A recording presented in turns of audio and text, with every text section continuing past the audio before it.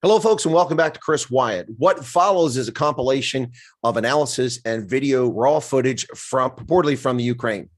I cannot attest to the provenance of these videos or who recorded them. They're all in the public domain, widely available on multiple social media platforms. They are available publicly. I am bringing this to you with analysis to help bring some clarity to the current conflict in the Ukraine after the Russian invasion. Today is day 7, the 2nd of March, 2022. Number of events taking place. Once again, I cannot determine the provenance or origin of these videos or the veracity of them. However, after analyzing the video and knowing the events and the players involved, they appear to be roughly accurate as to what's happening here. This is the current disposition of Russian advances within the Ukraine as of today, the 2nd of March, 2022, provided by the United Kingdom's Defense Intelligence.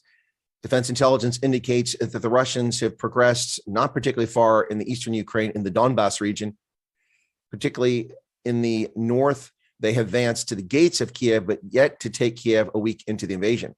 You can see on this map that the Russian-controlled area in the northern part of the country is the largest, with the exception perhaps of advances from the Crimea in the south. Remember, of course, the Crimea was annexed, attacked, occupied, and annexed by Russia in 2014 during the presidency of Barack Hussein Obama and vice presidency of Joseph Robinette Biden. This is the current disposition of what is going on in Ukraine as of today. Last night, the 1st of March, in Zhytomyr, 135 kilometers west of the nation's capital of Kiev, the Ukrainian Army's 95th Airborne Division base was attacked, most likely in an airstrike, as no Russian troops have been reported in the vicinity. Most likely was an airstrike. There were explosions in the warehouses of a tank factory in Kharkov today. You can see that here in this short video.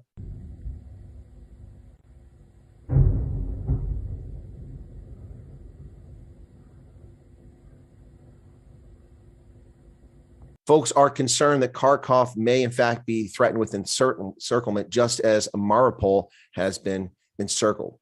Should that be the case, the Russians are likely to pound into submission. I submit to you, looking at these videos and this footage here, this is not legitimate. These are not military targets.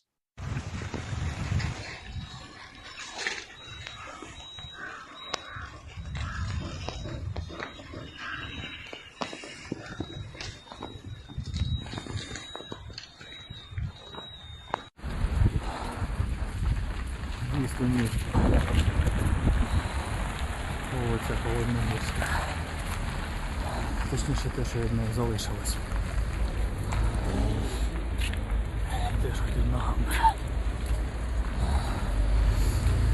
These are not bases, they're not aircraft, they're not armored vehicles, they're not infrastructure. These are civilian housing areas, these are shopping centers, these are civilians under attack in Kharkov. This is not acceptable.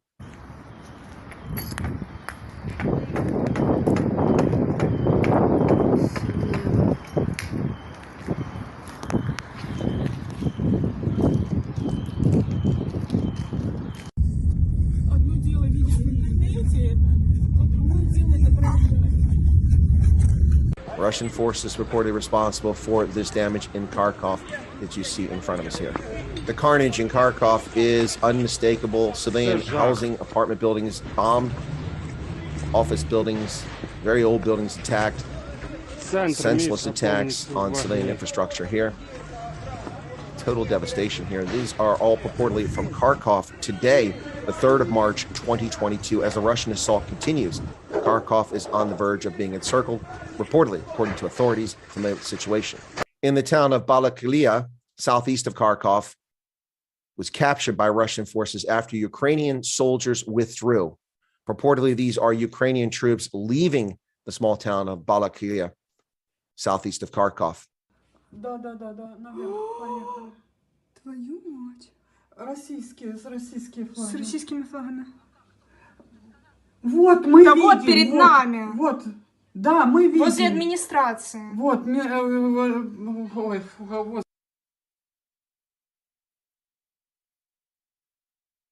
If these reports are true, it appears as if the Ukrainian forces have abandoned the city and left Balaklia to its own, with Russian forces having captured the town.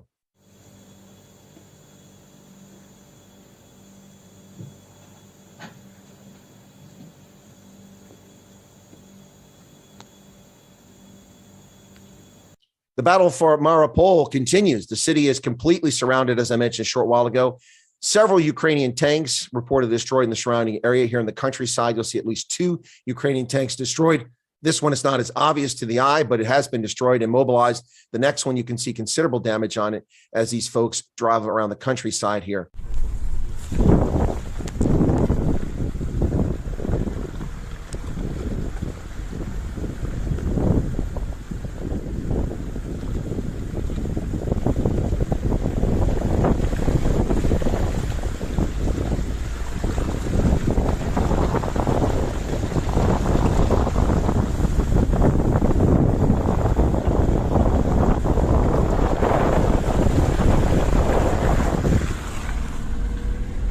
The mayor is calling for support from Ukrainian combat groups, ostensibly civilian groups, and units that are in the area to help support the town. Here you can hear the firefighting taking place in Mariupol as we continue this report.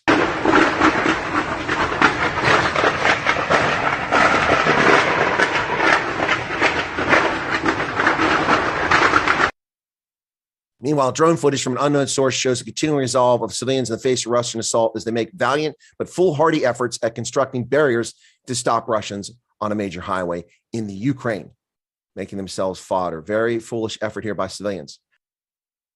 Folks, stay tuned for the program and more updates. Here you can find all the alternative sites other than YouTube. Also on Linktree, you'll find all of my social media in one place. Feel free to join me there and stay tuned to Chris Wyatt for continuing updates on the situation unfolding in the Ukraine.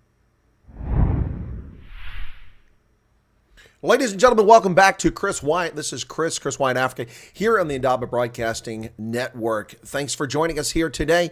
It is a special report on the Ukraine situation. My first time to be able to sit down at home and actually have some time to evaluate events going on. I've been giving you off the fly analysis, researched, of course, plus my knowledge of events and the region and geopolitics, but I've actually had time to sit down today.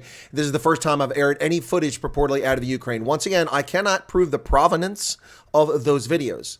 For instance, the one that says that these are Ukrainians fleeing, those appear to be Russian vehicles and Russian flags. Difficult to see. And I don't speak Ukrainian Russian, but know enough to hear Russian being mentioned there.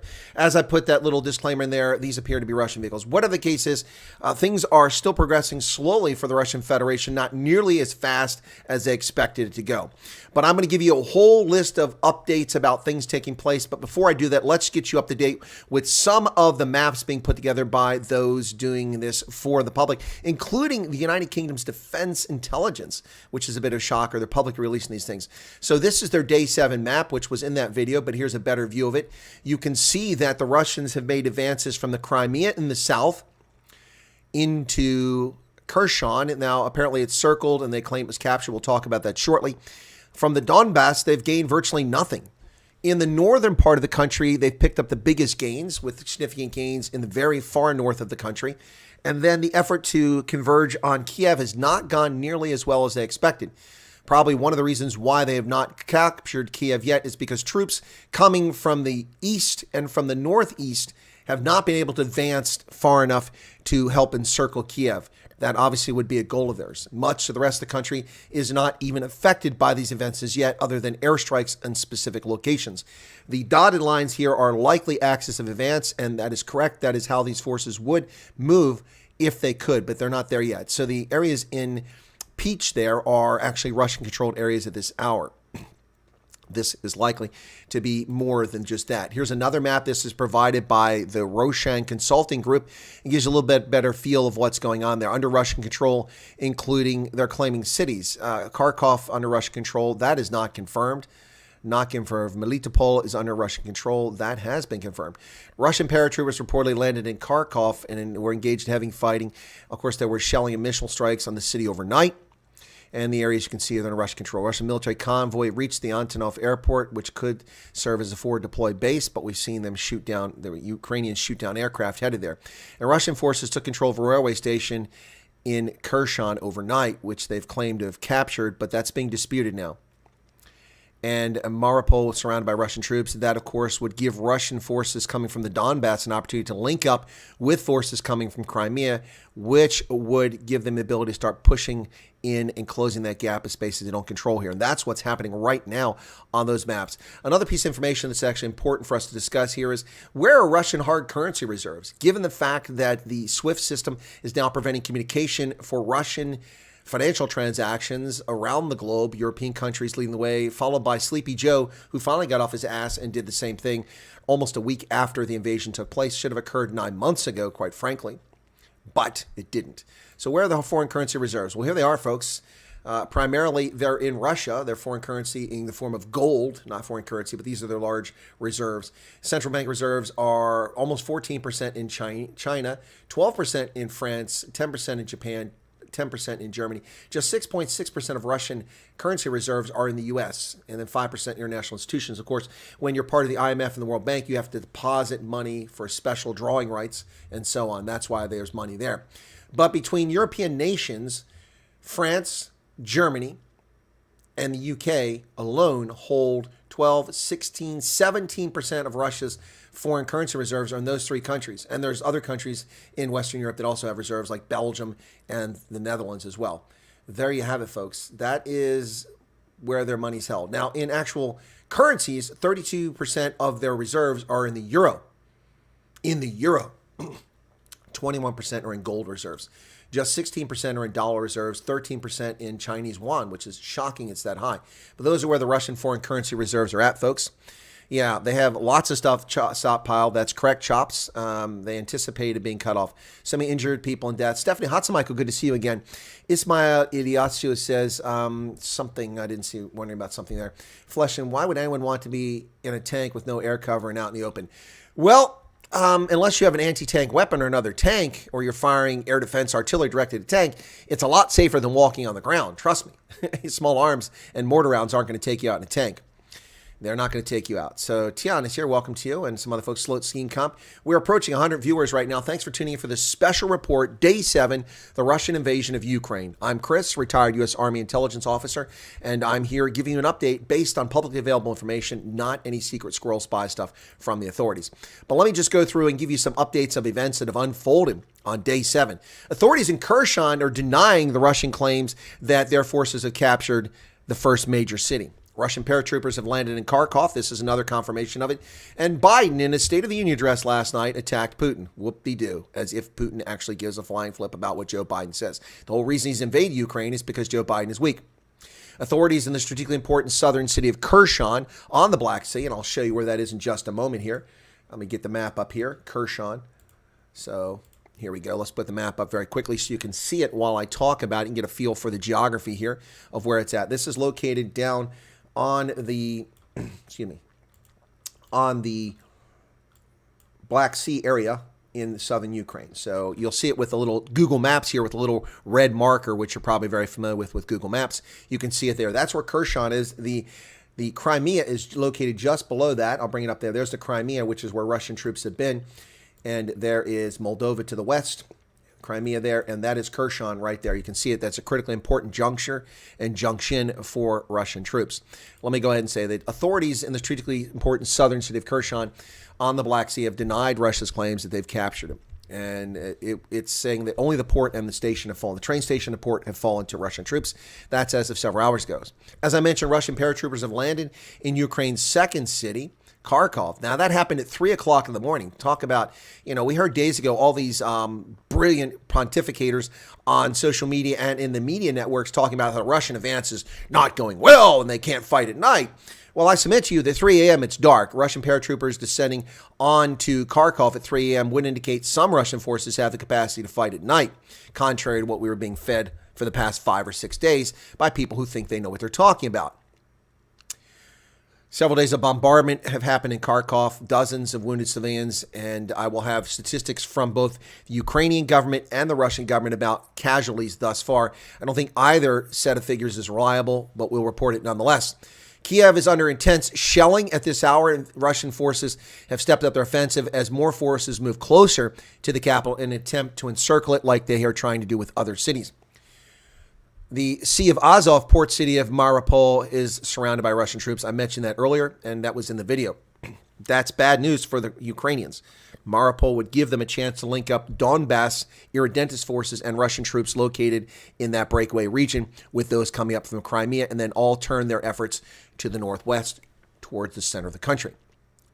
Now, the Ukraine is set to receive Stinger anti-aircraft missiles and Javelin missiles from overseas, as well as a shipment of Turkish drones. This is according to the Ukrainian Defense Minister, Oleksiy Reznikov.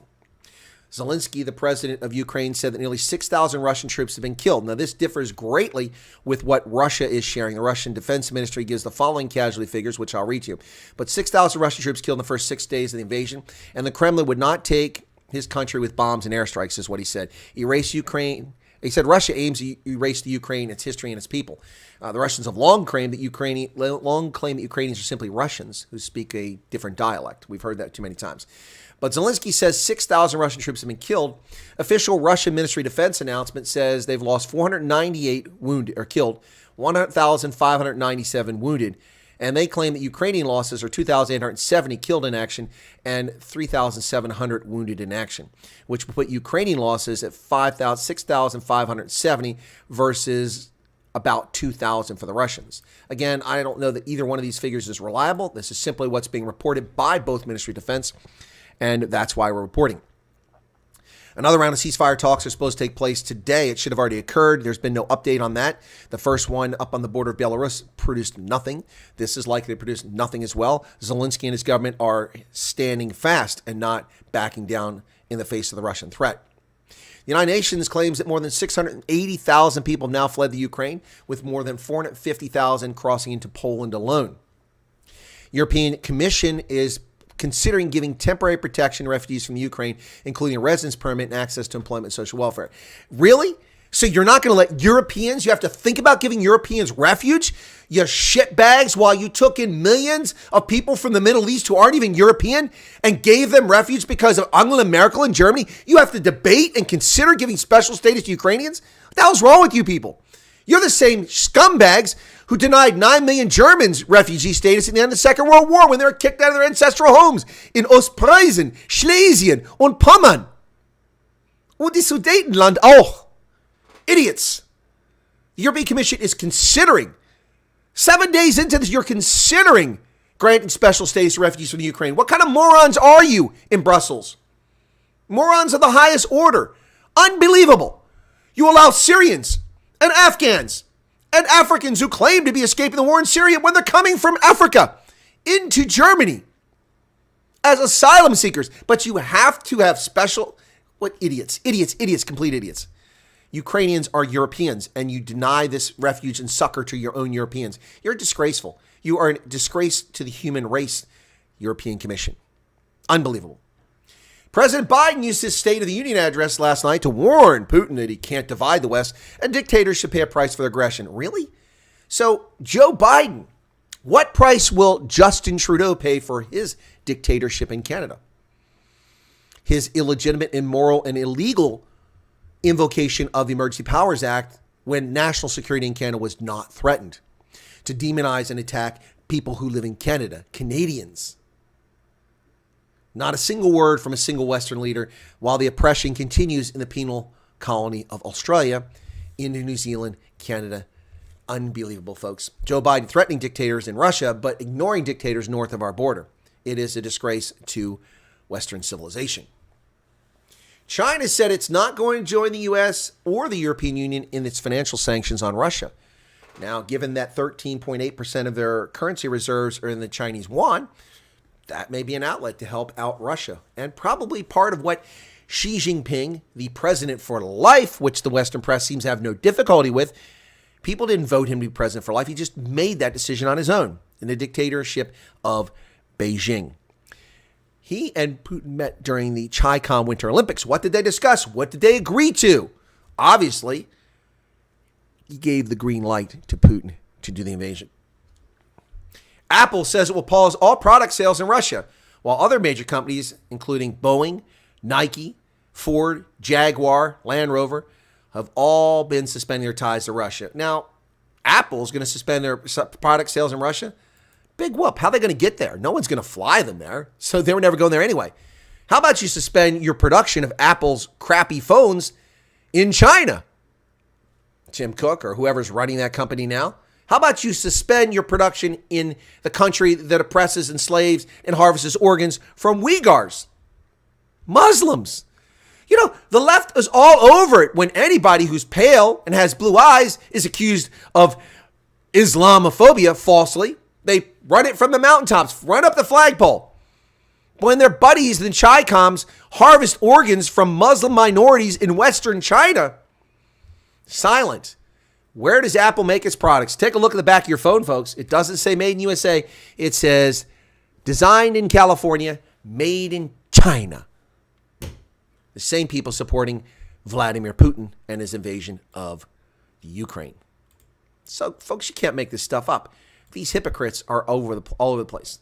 The Russian ruble fell again in early trading today, down to 109.2, less than 1 cent per ruble.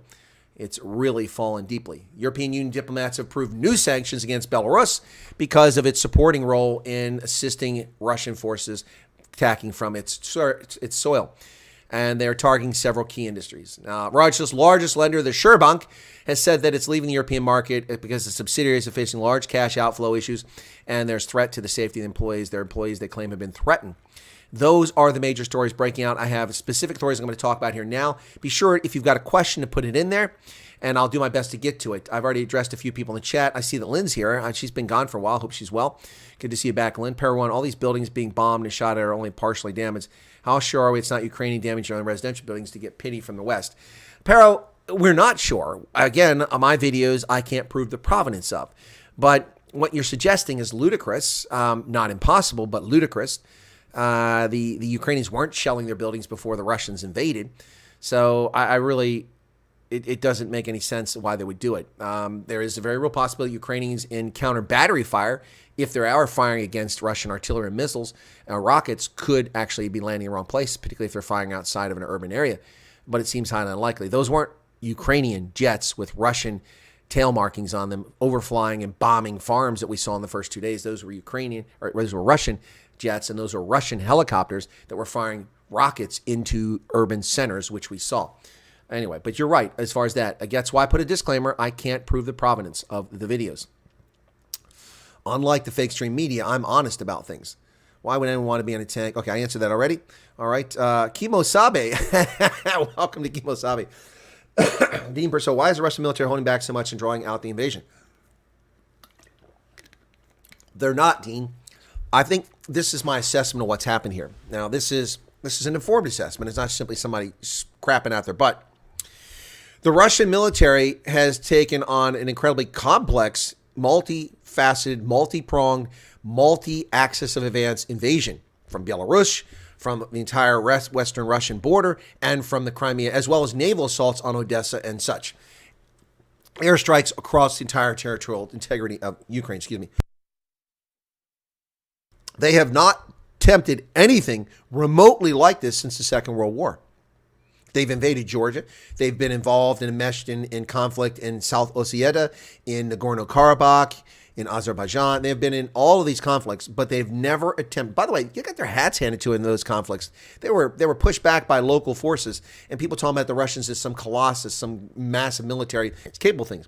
I'm not trying to diminish their capability, but they have never attempted anything like this in living memory of anybody in uniform. This sort of complex military operation, as well as logistical support for it. And they quickly found out that they didn't quite have the logistics in place, the resources to make things happen in the fashion they wanted. Also, we're hearing reports, if they're true, it's not shocking, but it should be disturbing. Many Russian prisoners of war who've been captured by Ukrainians profess that they had no idea that they were going to war. They were told to get in convoy and march. It was part of an exercise. They crossed the border. Next thing you know, they're getting shot at. Now, I am not surprised if that's in fact the case, but obviously that's a problem too. So that plays a role in it. The Russians likely assumed that Ukrainians would capitulate and not fight back. That plays a role in it. And they do not have command of the skies. The Ukrainians are still flying aircraft against Russian ground units and strafing them. They're also flying some air-to-air missions, and they are doing other activities like reconnaissance, which the Russians can't stop or are not stopping. That raises the question, why have the Russians gone whole hog? They have thousands of aircraft. They could employ their entire air force that's in Western Europe against, or the western part of Russia against Ukraine, but they haven't done that yet, either out of fear that NATO will attack them elsewhere or not wanting to risk their advanced fighters, concerned that they might be shot down. Now that Stingers are supposedly going to be sent from NATO allies to the Ukrainian forces, hopefully they get a class on how to use it. Now that that's happening, it seems to me even less likely that the Russians will engage with their full combat power on their air force. So that's part of it as well. The other part of it, quite frankly, we've been told for days Ukrainians are fighting heroically. Evidence seems to indicate now that, which had no evidence previously, it was just anecdotal statings, that the Ukrainians, in fact, in many places are fighting valiantly and fighting back successfully. There have been some silly and foolish things done by civilians and also some shameful episodes by some units in the Ukraine, but others are fighting back with passion. And the Russians are being taken out in many cases. But as you saw in that one video, we saw at least 2 Ukrainian tanks destroyed, or at least immobilized. The Ukrainians can't afford to lose any tanks. The Russians have thousands more tanks than they do. Every 10 tanks you take out for the Russians, you got to kill them about 10 to 1 to get an advantage. And losing 2 tanks is catastrophic for the Ukrainian forces, let alone 20. I don't know the number they've lost. So it's a lot of reasons why they haven't moved as fast. But the big thing that hasn't happened, let's go back to that map, folks. Let's take a look at this map, and you'll see the big reason why the Russians, other than the logistical challenge of doing what they're doing, why they haven't accomplished this yet. Okay, let's look at this map here. Is this the map here? Yeah, if this map shows you, if you look in the southeast corner of the Ukraine, and you see the Donbass, which is the eastern portion there where the irredentist breakaway republics were, of Luhansk and Donetsk in the Donbass, you'll see that they have failed to link up with troops coming from the Crimea. That's one problem. Those troops should have linked up on day 2 or 3 at the latest, not day 7, and they still haven't met. Ukrainians keeping that gap in there has diverted forces from driving north and west. Ground forces would prefer to drive to Odessa, capture Odessa, seal off the Ukraine with no maritime exit. They would prefer, but they're unable to do that while resources are diverted to the east to allow those 2 forces to link up. You can't have these gaps in your lines, or you can have your lines of communication supply cut off. That's the first problem. The second problem, if you look at the northern part of the Donbass, you see there's a gap between the Russian forces have crossed from Russia proper into the Ukraine at Kharkov and Sumy to the further north and Konotop. That gap there is a second gap that hasn't been closed, and it's a problem. These are places where the Ukrainians have put up stiff resistance. And then finally, in the north, the reason that they haven't captured Kiev is they haven't put a full-on assault yet because they cannot get the city surrounded as of this hour. You see a massive gap there, which for the Ukrainians, I hope they can hold it off or cut the supply lines for Russian troops, or they're going to be cut off and isolated and chopped up and destroyed like the Nazis did to Russian troops in the Second World War. The Germans simply bypassed the Russians. They went around them, encircled them, and then cut them up piecemeal with artillery rockets and airstrikes. That's the danger for the Ukrainians. In those pockets where they've kept that salient open, they could find themselves cut off, surrounded, and then bombed into smithereens, unable to retreat. It's a very real possibility. There is a very real possibility that potentially over the next couple of days, those gaps will close as Ukrainian forces see that they're about to be surrounded and must do a breakout. The Germans had to do this several times in the Second World War after major battles. They had a breakout opportunity at Stalingrad. They failed to take it because Hitler told Field Marshal von Paulus that he must stand to the end. And so 600,000 Germans were taken prisoner or died in that battle. It was only 91,000 came out of the entire 6th Army was wiped out. 600,000 German troops. Only 91,000 survived the battle and were taken as prisoners of war, and only 5,000 of them ever lived the 10 years, 8 to 10 years they were imprisoned as slave labor in the Urals, in Siberia, in the gulags. Only 5,000 survivors of the Battle of Stalingrad ever returned to Germany, and most of them didn't come back until 1953, 54, or 55. And the same sort of thing could happen to Ukrainian forces in those salients if they can't get reinforcement. We saw last night Joe Biden talking about, we are going to deliver military aid to Ukraine. Hello? Where were you 9 months ago, you dipshit? You're going to deliver weapons now that people aren't trained on? They're just going to fall in the hands of the enemy or be misused or inappropriately used or wasted. Fortunately, many Ukrainian soldiers are familiar with the Javelin missile. I'm not sure of the case with the Stinger missile. I don't know if we ever sold Stingers to the Ukrainians previously. We have sold them and given them Stingers, or not Stingers, Javelins for some time now under President Donald John Trump. Of course, we gave them blankets and promises under Joe Biden and Barack Hussein Obama, and we gave them nothing but horse shit under Joe Biden for the past 9 months after Vladimir Putin moved 70,000 troops on the border. It took 6 months before Joe Biden even started telling the world about it. And then all he did was ratchet up tension instead of fixing the problem. There you go. There you go. Bad deal for the Army Group Center. Yeah, it was, Parker. It was. Yep. Dirty Boom worries if they become too desperate. Oh, you worried about nuclear conflict. You think the Russian Air Force generals are worried they might have an opposite and pull NATO in unintentionally? No, I don't think they're worried about pulling NATO in. I think that they're just reticent to get their $35 million aircraft shot down. Somehow I feel this invitation is a distraction. Do you think something else is happening behind the scenes? What invitation, Andre? What invitation? You mean for the peace talks? Yeah, that's not going to go anywhere. You can tube it. Okay, what can we tube, Chops? Okay. What else we got here? Please, Chris, everyone, you got to read Tom Burgess' Claptopia on the reasons for this carnage. Okay, Chops. I have no idea who that is, and what are his bona fides? Tom Burgess, 156. Tom Burgess. Where's that at? Okay, I'll make a note of that. If casualty rates are anywhere near accurate, then they are sending nowhere near enough troops to invade and hold a city for more than 5 minutes. Surely they even know this. What's their end game? Well, that's the question. What's the end game? And, you know, the problem with intelligence, ladies and gentlemen, the most difficult thing, you can put satellites up, you can put listening devices, you can tap people's wires, their phones, you can intercept their communications, you can get imagery, you can get telemetry data, you can get heat maps, you can get moving target indicators, you can get everything under the sun. What you can't get without someone saying it and it being the truth is inside the head of leadership to get their intent. That is the most difficult thing for an intelligence analyst to determine what is intent. What is Vladimir Putin's intent? By the way, the entire time that Joe Biden has been stoking this conflict for the last 3 months, I've been saying that there are no legitimate reporters in the White House press pool. Why? Because none of them asked the most basic question. Some of my viewers misinterpreted my questions to think that I said Russia would never invade Ukraine. Never said that. I said I would ask these questions because the president is responsible for answering these questions. For instance, this is a question never asked. Why would Vladimir Putin invade Ukraine? That's what you're asking me now. That's what I've been asking Joe Biden for 3 months on this program. Why would he invade? Tell us why. Your argument is that he doesn't want Ukraine to be part of NATO. He wants NATO to be further away from him. Well, by invading Ukraine, you move hundreds of miles westward to the boundary of Poland and Romania, NATO members. And now instead of having 2 NATO members on your doorstep, you have 5. Lithuania, Latvia, and Estonia, Poland, and Romania by conquering the Ukraine. So that doesn't accomplish that. That's stupid.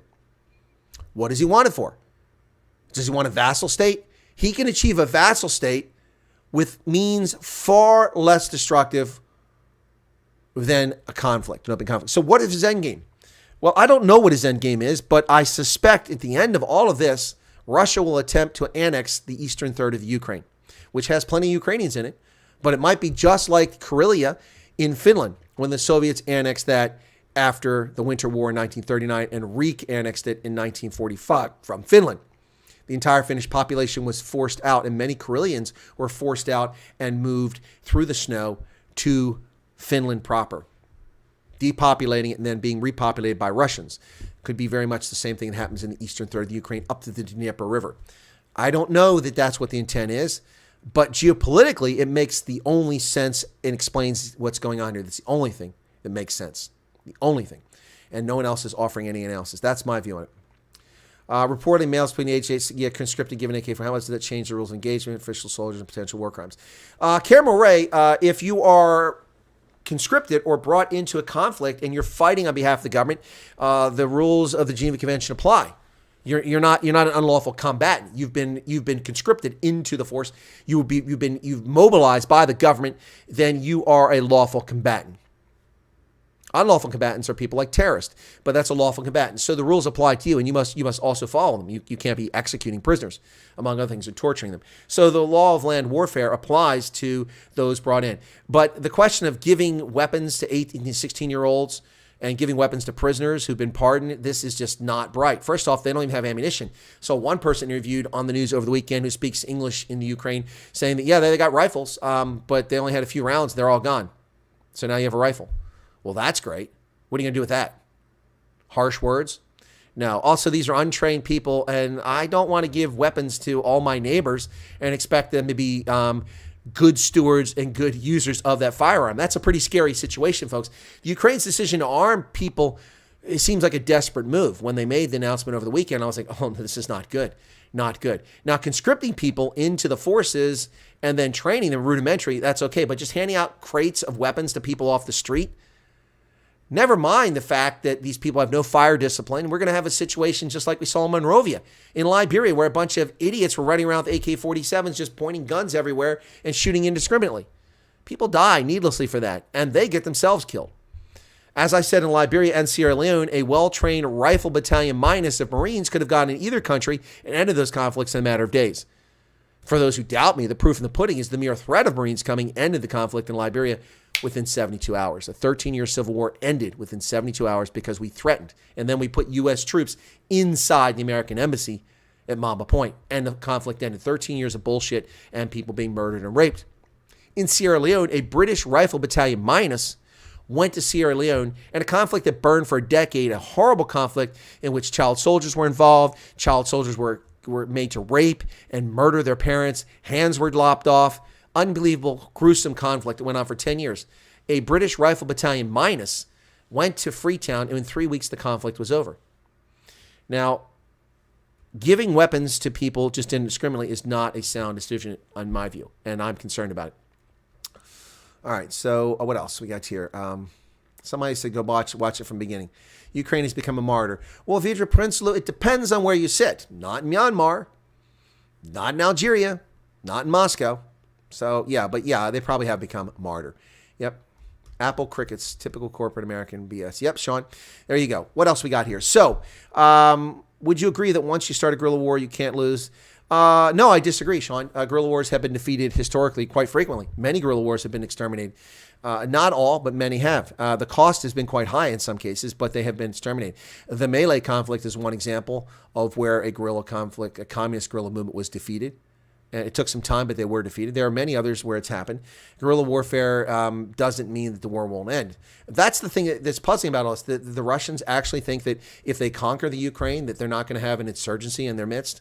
They're going to have insurgency. They're going to have an insurgency in the land stolen from Slovakia, Ruthenia, which was given to the Ukraine as part of the corrupt deal by Stalin and Churchill and Roosevelt at Yalta. They allowed them to take that and annex it. That's now part of Ukraine. It's actually part of Slovakia. The Carpathian Mountains run through there. There'll be a guerrilla conflict based out of there for years, and they'll never root them out because they'll simply slide across the border in Slovakia or Romania. Piece of cake. Anyway, and drones. Yep. I wonder what the average age would be for the Russian military in Ukraine. This might play a role experience. Yeah, they're conscripts, most of them. Not all are professional military. Regarding those USBs, yes, I mentioned a bit of homework, and it turns out they were doing bomb run training. Exactly, Tigger. That's what I said. Yeah, I'm not surprised. I didn't have a chance to check on it. Thank you for checking on it. It's not unusual. It's not unusual. Somehow I feel this. Okay. What else we got here? Parker Rowe is for CNN ratings. Yeah, CNN definitely does things for ratings. Molotov cocktails are very more dangerous to the user. The government just wants pics of dead civvies. Molotov cocktails are dangerous. People know what they're doing. They're dangerous. You know, they're inherently dangerous. Grenades much safer for the user, but they're inherently dangerous. I don't know the government wants pics of dead civilians. I don't see what the value of why Detroit predict the invasion to the date. I think most of your guests on your show has more intel than the entire U.S. Congress. Yeah. I have some pretty smart guests on here. As an analyst, what are your options on the cruise missile? How could Ukrainians protect themselves from them? Cruise missiles can be jammed, many of them, if you have the right equipment. Wow, you know a lot, Chris. Thanks for the update. Well, you're welcome, Jonathan Holman. Please become a subscriber. Help me overcome shadow banning. My channel had 23,000 subscribers before I was unjustly censored last year. Yeah, I do. And this is Ukraine. It's not even my subject matter expertise area. I'm an Africanist and a Europeanist. But of course, I know Soviet history and Russian history, and that's why I'm able to jump in on this as it happens. I've also been following these events for many, many years, but I don't sell myself as the expert on Russia or the Ukraine. I'm just very well informed on them. But I can bring all of my intellectual analytical experience together with the information and make reasonable and cogent analysis and also pretty good predictions. My predictions have been pretty good across the board. Have you seen the Military Times article on veterans U.S. citizens with military training can volunteer and go to the fight in Ukraine? I have not seen that, Martin, but you need to be very careful about that. As a U.S. retiree, if you go fight on behalf of a foreign country, you can lose your pension and you can lose your citizenship. They're not telling you that in the Military Times, are they? At the end of the Cold War, we had an opportunity, a unique opportunity to get great insight and influence in the Baltic states. Just a moment. We had an American two-star general who was an Estonian American, born in America, parents from Estonia, or maybe he was born in Estonia when he's kid. Anyway, but anyway, he was a retired two-star general, and or was he a colonel? Maybe he was a colonel. Anyway, but he had an opportunity to go be the defense minister in Estonia. He went and accepted the position, and the Department of Defense stripped him of his pension, and the State Department sought to strip him of his citizenship because he was working for a foreign government. Now, how stupid is that? It's 1991. We have a chance to have inside baseball knowledge of the Estonian military as it goes away from the Soviet model and becomes a West-leaning, West-looking country and help them build a professional military. And what do? We threatened to take away the pension, which they did. They restored it later on. And we threatened to take away the citizenship of a veteran who served in the U.S. military for 30 years. How stupid is that? How stupid is that? But that's what we did. Yes, you got to be very careful. If you remember the Winter War of 1939, the Russians or the Soviets invaded with over 600,000 troops. They invaded Eastern Karelia and they tried to destroy Finland. But the Finns fought valiantly in the Winter War of 1939 from November until March. In the end, they were overwhelmed and they had to give up. They were exhausted. The Finns were totally exhausted. Casualties were mounting. The damage to the economy was intensive. And a handful of foreign volunteers, including a few Americans, went there. And they went to fight for the Finns. Some Swedes, some Americans, some Brits, some others, even some Germans went. And they reformed and augmented units and formed their own units. They had a minimal impact on the conflict. Had they come in November, they could have had a much bigger impact. Of course, they might all have been dead by March. But in the Ukraine, people going there to fight, you got to remember something. You better be able to speak to the people you're talking to. If you can't speak the language and you're going to go fight for somebody, you're going to have a problem. You have to learn really quickly. And learning in combat a foreign language is not a fun thing. Okay, what else we got here? At this moment, I'm writing the script for Cape Independence Civil War Against the Commies. The film set will include incompetent water can. There you go. There you go. That'll be an interesting movie there. All East European countries do conscription after school. Sri Lanka defeated guerrilla war, but it's an island. Yep. Do you think Ukraine will win? Jonathan, I think in many respects, Ukraine has already won. Even if they lose their independence, they have won. They've stood up to the Russian bear, and they've survived a week. Zelinsky hasn't been captured or killed thus far, which I think is something of a miracle. You would think they'd easily target him. We didn't target Saddam Hussein. We didn't try to kill him, or we could have killed him in the Gulf War. Both times we didn't try to kill him. But Zelinsky, you'd think they would have been able to kill him, but they haven't been able to do it yet. So, and a pianist. What's a pianist? Who? Zelinsky? The conflict is about ideology. Democracy versus communism, but with socialism and capitalism out of control in the modern world, we have idiots trying to run the shit show. I'm not sure I agree entirely with that. Do you think the Chinese would go for Taiwan before or after their elections? Well, Andre, I'm not convinced when the Chinese will go for Taiwan, but I have been predicting that Taiwan is in mortal jeopardy since Joe Biden in November 3rd of 2020. It was only a matter of time before they challenged Taiwan, and they do it every day now. Criminally overflying their airspace, causing all kinds of problems. Yes, that's happening every single day right now. Folks, if you're not a subscriber to Chris Wyatt Africa and you're just tuning in, be sure to smash that button right down there. It's not just Africa that I cover the globe, but the focus is starting in Africa because it deserves attention. So if you push that button down right there, that was easy. You become a subscriber. It's absolutely free. Get independent journalism from a 36 and a half year Army veteran. Served 3 tours in Germany, 1 in Italy, Tunisia, Liberia, Botswana, Malawi, Niger, Mauritania, Uganda, and Ethiopia in Africa, as well as combat in the Middle East, the Balkans, and Africa, and peacekeeping across Africa, built schools, clinics, roads. I'm a published author in academic circles as an undergraduate professor at Iowa State, a postgraduate professor and instructor at the U.S. Army War College. I have degrees in political science and international relations and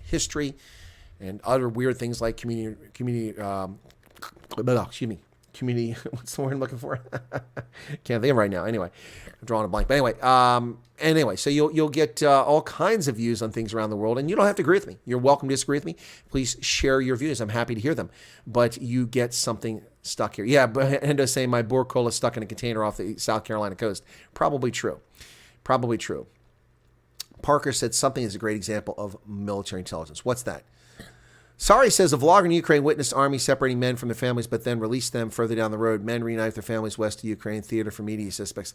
That would exactly make sense. Yeah, that they're doing that. Yeah, it's probably just to give the impression that they're actually conscripting these guys. But frankly, conscripting people off the street is not a healthy thing. You just get people killed needlessly. You just get them killed needlessly. It rarely works out. I mean, look at Berlin. Conscripting 14-year-old boys and giving them Panzerfaust to shoot Soviet tanks just led to the death of countless 14-year-old boys in Berlin. It was just stupid. Missed something there. It's from Kronosborn. If the missiles can be jammed, isn't it possible the missiles hitting civilian targets, they're being jammed and not hitting their military targets? That's a possibility, but most of the Ukraine is agricultural land. You know, the fact that you jam it doesn't mean it's going to hit a population center. But what do you do? If you have the ability to jam a cruise missile, would you prefer to try to jam it 50 kilometers short of the objective of a major metropolitan center, or wait till it gets on top of it? Yeah, no, it's war. It's messy. People die, especially civilians and soldiers. It's horrible. Finland and the Swedes are considering NATO. Yeah, exactly. Backwoods Law. I predicted that. I did a stream the day that Vladimir Putin threatened. Vladimir Putin a few days ago, after he started this nonsense, made a threat against non-aligned players in Europe. And the major non-aligned players in Europe are Finland, which has been neutral since the end of the Second World War. Hence the verb developed from it, Finlandization, for neutrality. Sweden, which is not part of NATO, but has worked with us in the past in the Balkans. And then you have Austria, which has been neutral since 1955 when all four powers vacated Vienna and Austria as a whole. People forget that Austria was divided amongst the victors of World War II, just like Germany. Berlin, which had Russian, French, American, and British zones of occupation, Berlin had the same. Germany, which was divided into West and East Germany, which is really Middle Germany, which is nonsense, occupied by the Soviets, the Brits, the French, and the Americans in those zones. The same was in Austria. In 1955, all those powers left. Austria became neutral and has been neutral ever since. Switzerland has long and famously been neutral. Those countries were threatened. Putin said any move for political or military integration would lead to severe consequences militarily for any of those countries. There were very few people in the Swedish parliament discussing NATO membership 2 months ago. There's nobody in Switzerland discussing NATO membership ever. And Austria hasn't been talking about it either. Finland has talked about it occasionally.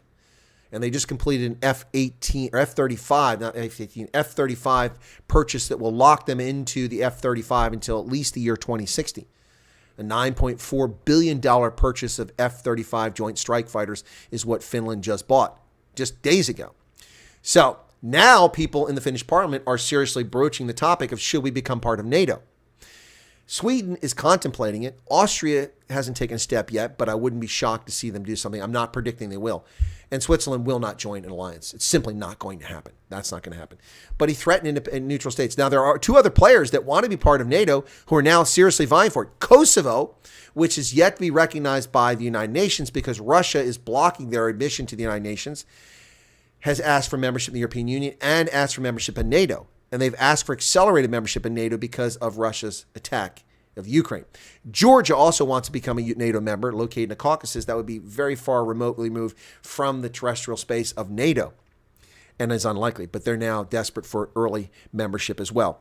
So that's what's happening with NATO membership and these countries. And Putin has overplayed his hand, I think, here. He should never threaten Finland.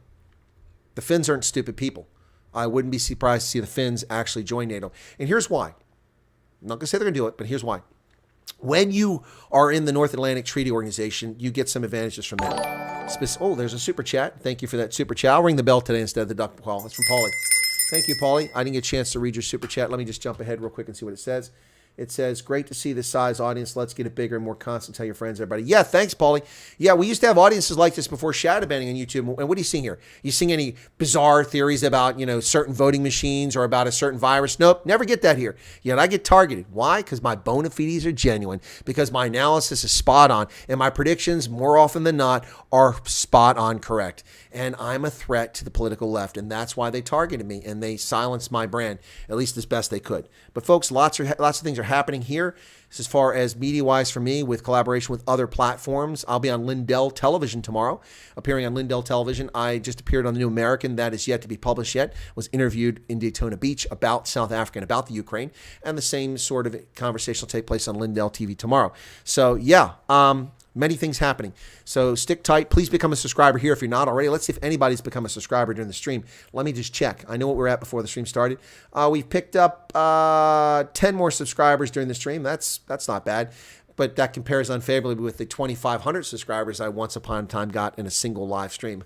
I'll never forget that one. Senecal, the 20th of October, 2020.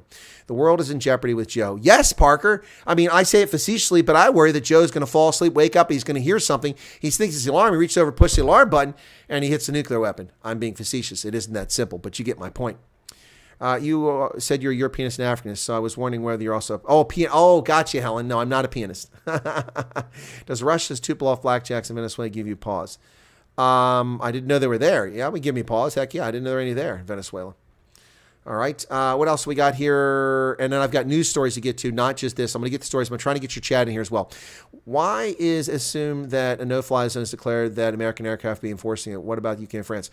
It's not an assumption on my part. A no-fly zone, it doesn't have to have, it depends on whose no-fly zone is. If it's an EU no-fly zone, it wouldn't include Americans. If it's a NATO no-fly zone, it could include Americans, but not necessarily. If it's a UN no-fly zone, it can include anybody. So, I mean, the utility of a no-fly zone and the enforcement of it, do you really think, not you, Ants, but you, the general you, the royal you, like the royal way, do you really think that the United Nations declare a no-fly zone over the Ukraine and countries are going to sign up to go in there and fight against MiG-29s? I don't think so. I don't think so. These aren't Iraqi pilots who, when the war starts, fly their planes to Iran so we don't blow them out of the sky. No, because every dogfight ended in an Iraqi dead and a lost aircraft. These Russians will fight back. You send F-35s into Ukraine to fight against the Russians, and you're going to lose F-35s. You're going to lose a lot of Russians, but you're going to lose. It reminds me of. This reminds me of what's the movie Die Hard, the original Die Hard. When the FBI comes up there, look at the FBI's got an RV. So the helicopter goes and tries to land on a roof that blows up. And this stupid cop says, I think we're going to need some more FBI guys. I think we're going to need some more FBI's. You declare a no-fly zone over Ukraine, and you're going to need some more pilots from whatever countries try to enforce that. The Russians will shoot you down, if not in air-to-air dogfights, with their advanced surface-to-air missiles and their anti-aircraft systems, which are on the ground. They'll shoot you down.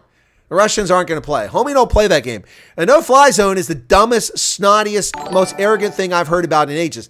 Stephen from Vike has just given a super chat. Thank you for that. Wow, super chat's coming in now.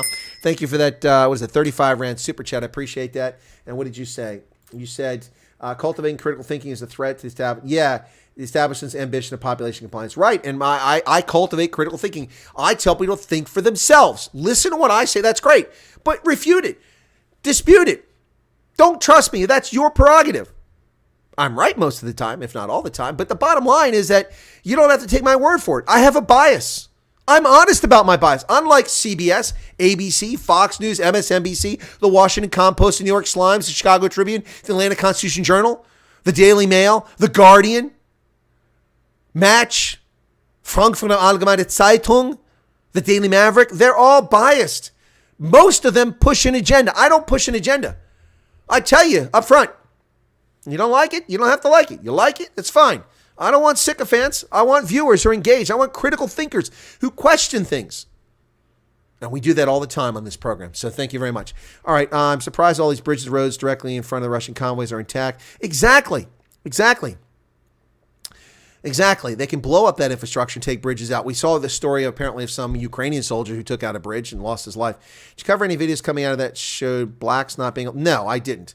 Please don't shoot the messenger. No, I'm not going to shoot the messenger, fish and loaves. Good point. I talked about in the news program earlier. The African Union is making noise about African immigrants or African students who are being blocked from leaving the Ukraine. Now, what they fail to tell you is that everyone who's not a Ukrainian woman or child is being, or if they're over 60, is being blocked from leaving the Ukraine. That's not racism. It may be immoral, it may be unfair and unjust, but it's not racism. If you're a white Ukrainian male with blue eyes and blonde hair, you can't leave the country if you're 35 years of age. Just like a black Congolese student can't leave the country. Now, why you would keep them there is silly, but you got to keep in mind it's a sovereign nation and they're taking care of their own. And that's their prerogative. Is it right? No. Is it moral? No. Is it legitimate? Yes, it is. They can do what they want. It's their sovereign state until Russia conquers it or they hold them off. But this nonsense about, folks being denied access is bullshit. First off, the reason these Congolese students and others are in Ukraine is they don't have any damn money. Otherwise, they'd be at Oxford. They'd be at UCLA. They'd be at Yale or MIT. They wouldn't be in the Ukraine learning university. I mean, how useful is Ukrainian in South Africa, in the Congo? It's not. It doesn't do squat for you. Anyway. All right. Yeah, my garden furniture accidentally ordered from Chinese company stuck in a container. Yeah, well, my New Zealand order got canceled. They said they're out of stock. They never sent it to me. They're lying. I think it got stolen in L.A. Love the show for tonight. Busy listening to you while I'm unpacking my bags at university. I'd like to know if another country aids Russia via providing troops. Does that activate NATO? No, it doesn't. It doesn't. NATO only gets activated if NATO country is attacked or the NATO political structure decides to go somewhere like Afghanistan. But Article 4, which has been invoked by the Baltic countries, Estonia and Lithuania, or Estonia and Latvia, I think, did it. I'm not sure if Lithuania did. They invoked Article 4. Article 4 of the NATO Charter says that any nation that feels threatened can invoke Article 4 to get material and financial support from other NATO members. And so they're getting that. In addition to that, the big one is Article 5, which for the first time ever was invoked in the defense of the United States after 9/11. NATO invoked it without the Americans pushing for it. NATO countries invoked Article 5. An attack against one member is an attack against all members. And that's what Article 5 is about. The Full Irish Gary just subscribed. Thank you for subscribing, Gary. Appreciate it. Yeah, well, that deserves a duck call. Deserves a duck call here. What? Russian aircraft are coming. Here we go. Thank you for subscribing to the channel. Yeah, so Article 5 is why countries want to join NATO, because then they think they're protected by NATO. And thus far, we haven't not followed Article 5. If it happened for the U.S., then Turkey has invoked it a couple of times since 9/11 over events in neighboring states of Syria and Iraq. So, yeah. What's the stock? Okay. What else you got here? Andre says, I do believe that things will drastically change once the climate warms up. Snow surely changes tank routes. What's your experience when it comes to climate influence of battle? Well, there's a very tight window when it comes to tanks. Once you get to warmer weather, it can be a benefit unless it rains, and then it's a mess. But when it's cold, the ground is frozen, tanks can move. Now, you see a lot of images. It's not as cold as it should be where the dirt's coming up, but it's not particularly, the soil a little further down is frozen. So this was probably an ideal time as far as the terrain. But a lot of agricultural land where tanks are moving over. So we'll see. We'll see what happens. But this isn't going to go that long, I don't think. Okay. What was that? Somebody's sister's a marriage package? What the heck is that? Dimensions Cape Independence Freedom March on 27 April. No, I hadn't heard that. Dean Purcell, have you been enjoying the URC lately now that the South African teams are finding their feet? Connick versus Stormers was a good match. I didn't see who won. Did the Stormers win or did Connick win? Because I was at the CPAC conference in Orlando, Florida, so I didn't see any rugby this weekend. I was too busy working all day long. Yeah, I have to go back and watch that one after the fact. South African Defense Force is bankrupt. That's South Africa is bankrupt. What do you call bedpan in Russia? Helen, I saw that on Ronaldo's program. A poutine. Okay, so, how are South African expat farmers doing in the Ukraine? I didn't know they were anywhere there. I know they went to Georgia, but I didn't know they went to Ukraine. Okay, what else? I was just trying to get, okay. Russia's no joke, not the Taliban or rebels. That's true, Reddick. Hey, Starry, welcome to you. Staro Ascari. And what else I'm missing here? Francois van der Merwe, could this all be a Chinese plot? No, it's not Chinese, but there is collusion between Putin and Xi Jinping, the president for life in China. They gave them a free hand. They said, go for it. Ukrainians should dump diesel on tar roads and light them up, especially in front of that. Yeah, that's an effort. You could do that. That would work for a little bit. Light rain. Chris is not a drug-addicted, biopic, mentally ill. His logic is behind, and his epic beard is misogyny. Cancel. Some YouTube executive. That's good. I like that. I have to get that one. So that was at, what time is it? 12 to 2:28. I'm way back over here. Catch up. 2:28. 2:28. I got to get that, man. That's hilarious. I got to save that one. That one's from Light Rain. That's good. Yeah. That's a funny one. Okay, I haven't got the stories yet, folks. Don't run off yet. Don't run off yet. Stick with me. I lost about 25 people. They're just impatient. I don't know. They expect you to see you dancing or masturbating when they tune in. Is that what they want to see? You know, be patient here, folks. I lost 28 viewers here that left a moment ago. Come back. We're going to get to the news. I'm just considerate and bring my viewers chat in here. Article 5 is the big daddy. It is. That's the one. And I blame the duck call for starting the whole thing. Arctic, I think you're right. This duck call is the raison d'etre. The reason for this conflict. That's what started it all. Connacht won narrowly, but Stormers front up well in adapting conditions. Yeah. Okay, well, Stormers lost the last minute 2 points. Ah, damn. Yeah, no, the South African sides, as I said early on, we're looking abysmal, but that's a number of reasons for it. They haven't been playing much rugby, and it would take time. They'll get there. Dirty old man. World food prices will rock you if you removed eighth from wheat. From eighth of the market, we could share 1/8 of the wheat market. It could be. Okay. All right. Now it's time to bring in the news. I'm finally there, folks. 133 people currently watching. Thank you for watching. So let me get to the news, and I'm going to go through these news stories, and I'm going to talk about them. I'm going to put myself on the small camera because I'm going to stick on these stories for a little while. Okay. So hang on. Here we go. We finally get around to this 1 hour into it because I did the video and I gave you analysis. Russia and Ukraine live update. Russia's army claims that they've captured Kherson. Now, I talked about this earlier in my comments and also in the video. I had some footage talking about these different things, and I refuted this. Here we go. Let me move myself over here. There we go. I'm over here now. So let's go and take a look. President Zelinsky says Moscow aims to erase Ukraine as Russia's military claims to have captured the key southern city, which is now disputed. They claim to have captured Kherson, and local authorities deny it's fallen, but said Russian troops have encircled the city, and they also captured the port and the railhead. Deaths bound as Russian strikes pound several cities, including Kiev.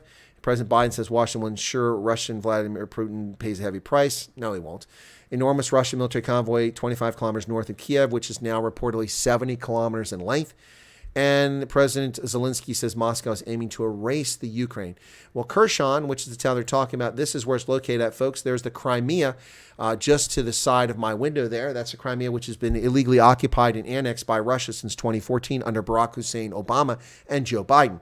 Just north of there is the critically important geostrategic location of Kherson, and you can see that on the map with the red little arrow there. And we'll zoom out a little bit there. You can see Ukraine. Kiev is up to the north there. You follow the Dnieper River, which bifurcates the country, and there's Kiev in the north. Remember that Russia is originally known as Kievan Rus. My ancestors, the Vikings, settled Kievan Rus and created the first Russian empire. And it was based in Kiev until the Metropolitan, the leader of the Russian Orthodox Church, relocated to Moscow a few centuries later. And then the Russian national capital moved from Kiev to Moscow hundreds of years ago. Russians are calling this special operation. That's true. Ukraine apparently has received $34 million in cryptocurrency donations thus far. A firm that tracks cryptocurrency transactions says $33.8 million in digital currency has been donated to Ukraine's government and non-government organizations there since the start of the invasion. Nearly a third of it came yesterday alone on Tuesday. Wow. Chief scientist Tom Robinson of Elliptic says most donations to date have been Bitcoin and Ether. Some people are sending non-fungible tokens or NFTs to the Ukrainian government's Ethereum account. Now, will they be prosecuted by Justin Trudeau for donating to Ukraine? Is this a fintech, a fin tracking concern? Will you go after GoFundMe, or as I prefer to call them, GoFraudMe, or will you attack Give, Send, Go Justin Trudeau for people giving money to the Ukraine? I'm being sarcastic, but you get my point. Ukraine issued a plea for contributions on Twitter last week. To date, it's received 30,000 donations, including a $5.8 million from Gavin Wood, the British programmer who co-founded Ethereum. There have been several other donations of more than $1 million. So mostly rich people have been giving money, but it's there for you, folks. You can put money into it. They're looking for it. See the damage there outside that building. All the windows are shattered. Wow. That's a news report from today. Better late than never. Well, it been better a year ago. Hey, Lynn Horn, welcome to Good Evening to All, and say hi to Chris. Hey, be sure to smash the subscription button right below the window, folks. There. That was easy. Become a subscriber. Costs you nothing but a moment of your time. That's a pretty cheap price. Tuka Taylor, same old wars, rumors. What is she saying? There you are. Okay.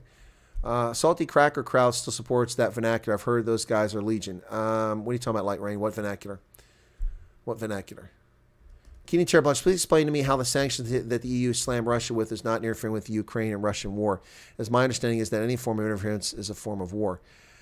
Well, that's a very liberal description of a war, Keenan Terrablanche.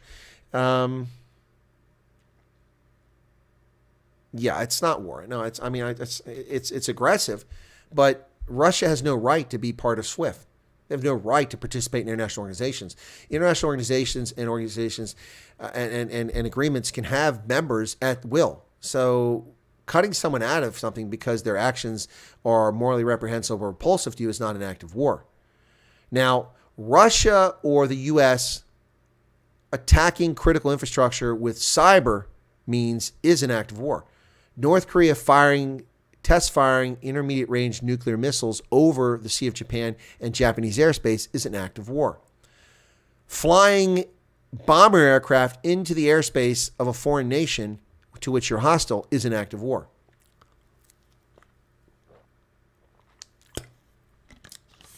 All right, there you go. So I'm not. Yeah, I think hopefully that helps, Keenan Terrablanche. But sanctions are not an act of war. No. And what did Salty Crackers? Oh, well, Reddick said something. Okay, so that's where that came from. Reddick said, haven't heard in ages. Oh, yeah, that's not something to say. Okay. Francois Vonneman, 33 million donated, but aren't the Ukrainian bureaucrats pretty corrupt? Pretty corrupt. Some are. That's been a problem with Ukraine for years. Justin is busy fighting truckers. Exactly. Isn't it strange how this Russia is dampening? Well, there is no Rona. It's gone completely, as is the trucker convoy, completely disappeared from the news cycle. There is no Rona. And look at Joe Biden showing up last night, not wearing a mask, spreading his virus everywhere around, touching everybody's hands, hacking all over them. Nancy Pelosi and Kamala Horseface Harris sitting up there behind him, no mask on, sitting right next to each other, touching each other all the time, smiling and dancing and having a grand old time. Yeah, apparently it's just gone because it's no longer convenient. Now they've got something else to latch on to. I think they should give Putin the Nobel Prize in Medicine for ending the pandemic. Yeah, that's actually a good statement. Mondog Dragon is back. It's going well. These are the updates on the Ukraine. Let's get the next one here. So, as the convoy approaching Ukrainian capital appears stalled, that was earlier today, Russia unleashes greater firepower. Indeed, the artillery is becoming a real problem, and surface-to-surface missiles are a real problem. Russia intensified strikes on cities across Ukraine on Tuesday, but the advance of foreign forces ground to a halt outside of Kiev as local troops and volunteers steel themselves for a fierce battle for the capital. U.S. and British officials said a long column of tanks and combat vehicles installed roughly 20 miles north of central Kiev on the 6th day. Today's the 7th day, and they haven't advanced any further. The convoy, stretching some 40 miles or 60-plus kilometers, has moved little over the past day as Russian forces grapple with food and fuel shortages. Yep. Speaking on condition anonymity, U.S. defense official told reporters that the British Ministry of Defense, through their defense intelligence, said that Ukrainians still hold Kharkov, Kherson, and Mariupol, although the Russians claim they've captured Kherson, and Mariupol was encircled. Yep. 9 nations recorded deaths of more than 130 civilians, including 13 children, since the fighting broke out last week.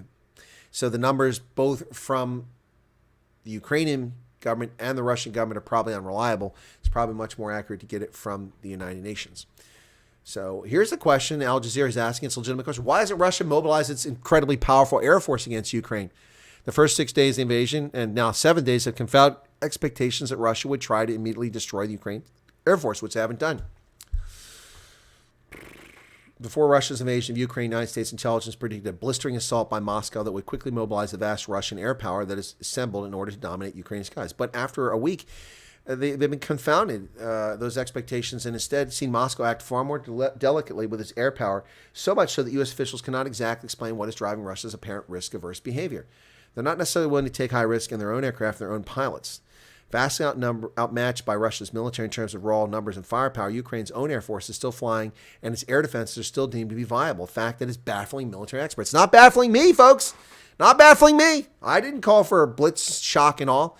I didn't call for that at all. I'm not surprised. If Bill Gates stops the war in Ukraine, he can get the Peace Prize. Hyena Horseface Harris. Yesterday was my birthday. Well, Mondad dropping happy birthday to you. We do recognize birthdays. I don't usually do it belatedly, but since we haven't seen you in a while and since you came back, let me see if I can't find the cake.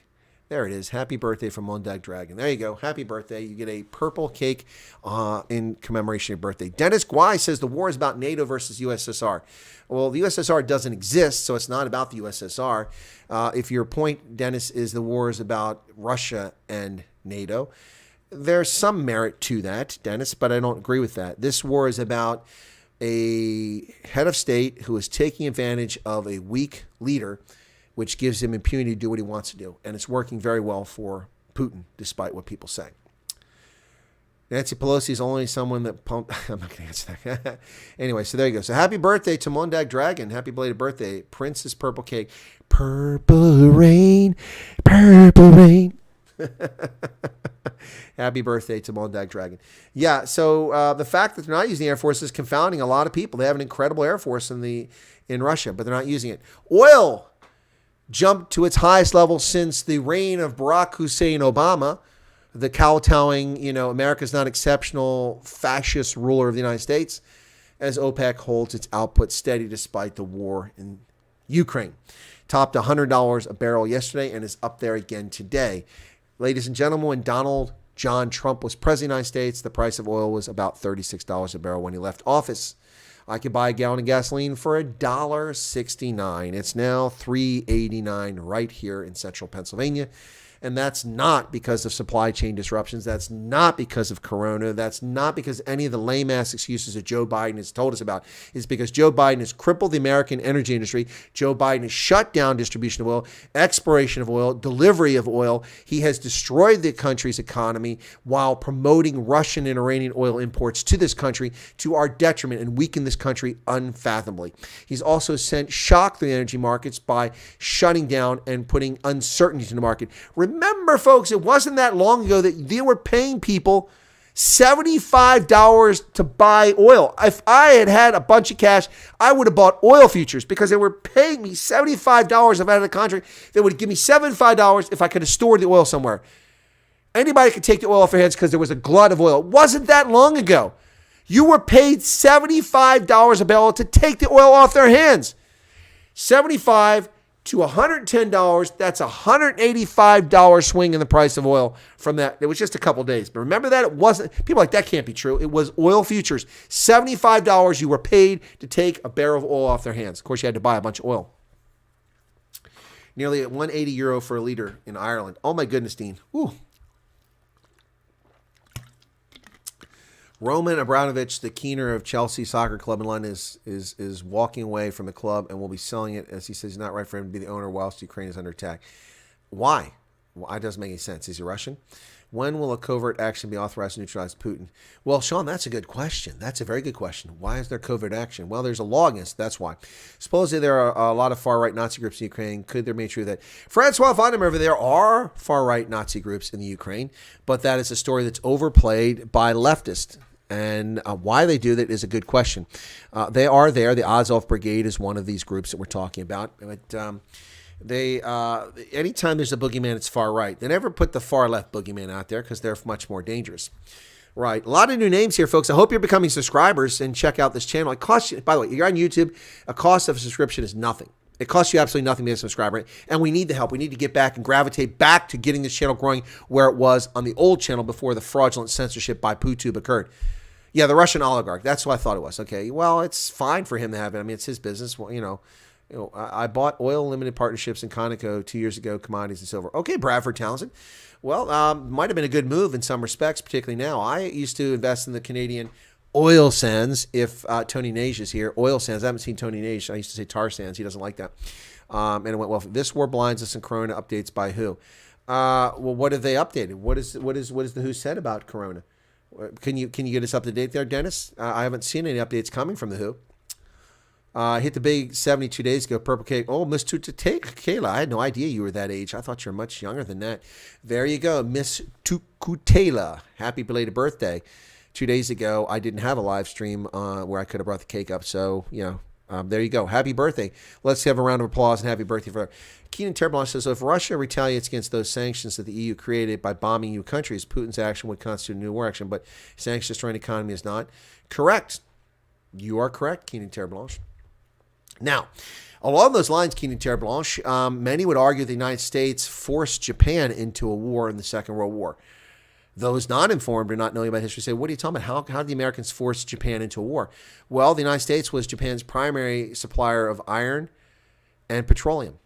And because of China's, the invasion of Manchuria by the Japanese, we cut off eventually supplies when they invaded China after they took over Manchuria. When they attacked China proper, we cut off oil and iron exports to Japan. And that crippled their economy. That was legitimate action on our part. We're under no obligation to trade with anybody. We're under no obligation to offer service to anybody. It's not an act of war to disengage from the international community.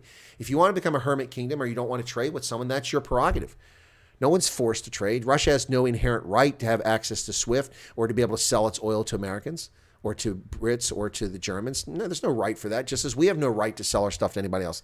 It's a common agreement. When people violate the norms, you're allowed to be punished. It's not an act of war, Keenan. You're taking a very, very thin thread trying to link two things completely unrelated. If Russia attacks a country with offensive cyber warfare, that's an act of war. If Russia imposes sanctions against the West, that's not an act of war. No, you're on a very thin line there. Would the assassination of Putin change anything? Probably. A fair number of people now think that Putin is really not quite there. A number of people think that. Japan was in a bad position in World War II. It was. Well, through its own making. They were the ones who were obnoxious. They put themselves in that boat. Well, folks, the Russian ruble has plunged to new lows. There you go. Russian ruble plunges to new low in Moscow as sanctions tighten. The ruble plunged to a record low in Moscow on Wednesday of 110 to the dollar. That's today. And the stock market remained closed as Russia's financial system staggered under the weight of Western sanctions imposed over Moscow's invasion of Ukraine. The ruble fell 4.7%, and then earlier today it hit 110 to the dollar. Shed 2.6% of its value over the course of the day to finish at 115 to the euro. Whew. Russia's responded by doubling interest rates to 20% and telling companies to convert 80% of their foreign currency revenues on the domestic market as the central bank is now under Western sanctions, stopped foreign exchange interventions. Whew. Stocks have fallen in the West as banks drop and oil prices rise. Looking like a lot like January, February on Wall Street, and that's not good news for investors. Well, tell me about it. I invest in Richemont, which is Johann Rupert's company, and I've lost money on paper. Well, the U.S. hasn't sanctioned Russian oil. Why? Well, that's a good question. But traders who trade in oil are not interested in it. They're backing away from it. So U.S. traders in the nation's largest oil hubs have cautiously put imports from Russian companies on hold, even though the White House has said oil sales are not the target of sanctions. Response from traders means sanctions have disrupted energy markets more than expected following Russia's invasion of the Ukraine. Crude futures have soared above $100 a barrel, now $110, even though the United States and its NATO allies have not blocked Russian oil sales.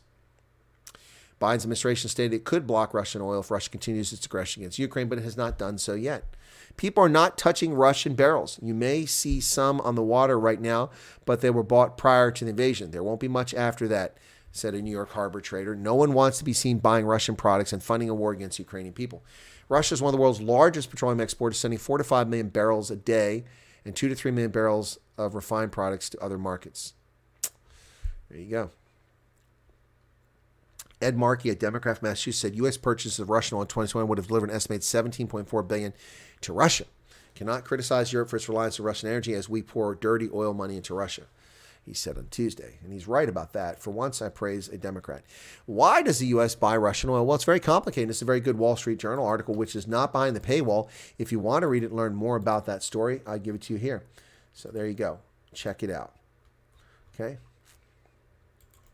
So that's the link for that story. If you want to check out that story, I'll put 3 in there and then you've got it. If you want to open that up on your own after you finish watching this program, feel free to do it. There's a link to that Wall Street Journal story that you're seeing on the screen. Despite being a top global producer, the U.S. turns to Russian crude to service more isolated coastal markets and keeps refiners running at optimal levels. That's why it's the simple answer, but it's more complex. Well, the Ukraine has set off Europe's fastest migration and refugee problem in decades. Not since the Balkans collapsed in the former Yugoslavia in 1991 have we seen this number of refugees from Europe. We've seen more coming out of Middle East, Central Asia, and Africa, but we've never seen this from Europe. At least 680,000 now. It says 660 on this report, but that was filed earlier today. 680,000 after several days of conflict. A mother and her daughter left Odessa and crossed the border Tuesday. They'll be picked up by her husband who lives in Moldova. Well, that's interesting. Okay. Historic western movement of people has caused lines up to 24 hours of border crossing checkpoints along Ukraine's borders with Poland, Moldova, Hungary, Slovakia, and Romania. Frankly, folks, if I was going, I would go to Slovakia. Not Poland, not Moldova, not Hungary, and not Romania. Although Hungary is a good choice, but Slovakia is where I'd head. Let the world know, Miss Rakachova said, pointing to a multicolored suitcase in the back of her car. We left everything. We put our lives in a single bag. Then as the snow began to fall, she started to cry. Some refugees believe the war will end soon. Allow them to return quickly. Well, yeah, you can say that, but I know people who fled the Soviet army in February of 1945 in Silesia, thinking like Europeans had for centuries that they would be able to come back to their homes when the fighting ended. They've never been able to go back. Silesia was awarded to Poland in the corrupt deal in Yalta by Roosevelt, Churchill, and Stalin, two shameful dictators and one patriot who betrayed Germans and Europeans. And they never got back to Silesia. So we'll see, Miss Rokacheva. We'll see. Got her daughter's ice skates and a few of their belongings they could fit into their little tiny car. United Nations officials said the war could produce as many as 4 million refugees. If the fighting becomes protracted, Ukrainians continue to migrate at the current rate, that could be a conservative estimate. According to Philip Thayer, professor at the Central European University in Vienna and author of The History of Refugees in Europe since 1492. This would be on the scale of the post-war situation. We're talking about 1945. In Moldova, camp of 30 tents allow refugees time to organize and rest before being picked up by buses or friends or relatives. Crazy stuff, folks. This is Victor Babenko, 83, who's from Odessa, crossed the border to Moldova on Tuesday. 83 years of age. 83, folks. And he has to flee this conflict. 83. So 2022 minus 83 means he was born in 1939. This man was 6 years old when the war ended. Second World War. And big news with ExxonMobil, the world's largest energy producer, private corporation, has pulled out of its landmark Russian oil and gas project on Sakhalin Island out in the Far East. The project, which began production back in 2005, was one of the largest foreign investments in Russia, according to the company. The Sakhalin 1 project has produced more than $16 billion in taxes, royalties, and other payments to Russian governments at the federal and regional level. ExxonMobil supports the people of Ukraine as they seek to defend their freedom and determine their own future as a nation, the company said in a statement Tuesday night. Yeah, and there you have it, folks. That's the things I want to get you updated on from the news. I haven't seen any other breaking news before I came on, so these were news events from today. Let me turn off the little camera there because that's going to be distracting very quickly. And there we go. All right, so that's got you up to date now. The oil prices are pushing our food price. Yeah, everything will go up. Energy is the key to everything. When energy prices are high, inflation is high, and your wallet shrinks, and what you can purchase goes out the window. Oil varies and needs very expensive equipment to refine. It must be shipped to the correct facility to be economical. That's a largely true statement. Bradford Townsend, one reason why I've been long an advocate for the Keystone XL pipeline, which will take oil from the oil sands in Alberta and ship it through mostly gravity flow pipeline to refineries in East Texas and Louisiana, which are well suited to handle that poor quality petroleum, which needs a lot of effort to crack that into usable things like kerosene, diesel, gasoline, and so on. So yeah, exactly. Bradford, well stated. No one has a right to force you to trade with someone, and yet several U.S. states passed laws punishing boycotts of Israel. I'm no Palestinian fanboy, but just saying. Well, Light Rain, you're correct. What do you want me to say? The actions of criminal legislatures in several states in the United States does not justify those measures.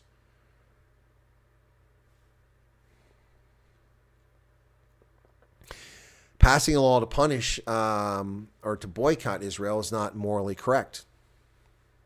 Israel hasn't done anything, and I can't go any further than that because I'll get censored on this channel. Truckers have also been striking locally because they don't want a foreign truck driver say that. You're talking about South Africa. That's xenophobic. That's xenophobic. You got South Africans too freaking lazy to work as truck drivers and then complain because other people step up. Too lazy to work as chefs and as waiters and as hotel clerks, and they just want handouts, and then they complain because others like Zimbabweans take the jobs that they refuse to take. Yeah, Reddick says much appreciated. You're welcome, Reddick. The poor elder like my mom and this man having to flee wars. Exactly. 7 more likes. Well, what are we doing likes? We approaching 150 or something like that? Let's see where we're at. Oh, we're close. 144. We need 6 more likes. Yeah. Keenan Turbulence, thank you for explaining. I'm just trying to understand the difference between war actions and sanctions, the effects of you sanctions on Russia. No, it's a fair question, Keenan. I didn't attack you. I just answered your question as best I could. No, it's not an act of war to invoke sanctions. It puts a country in a corner.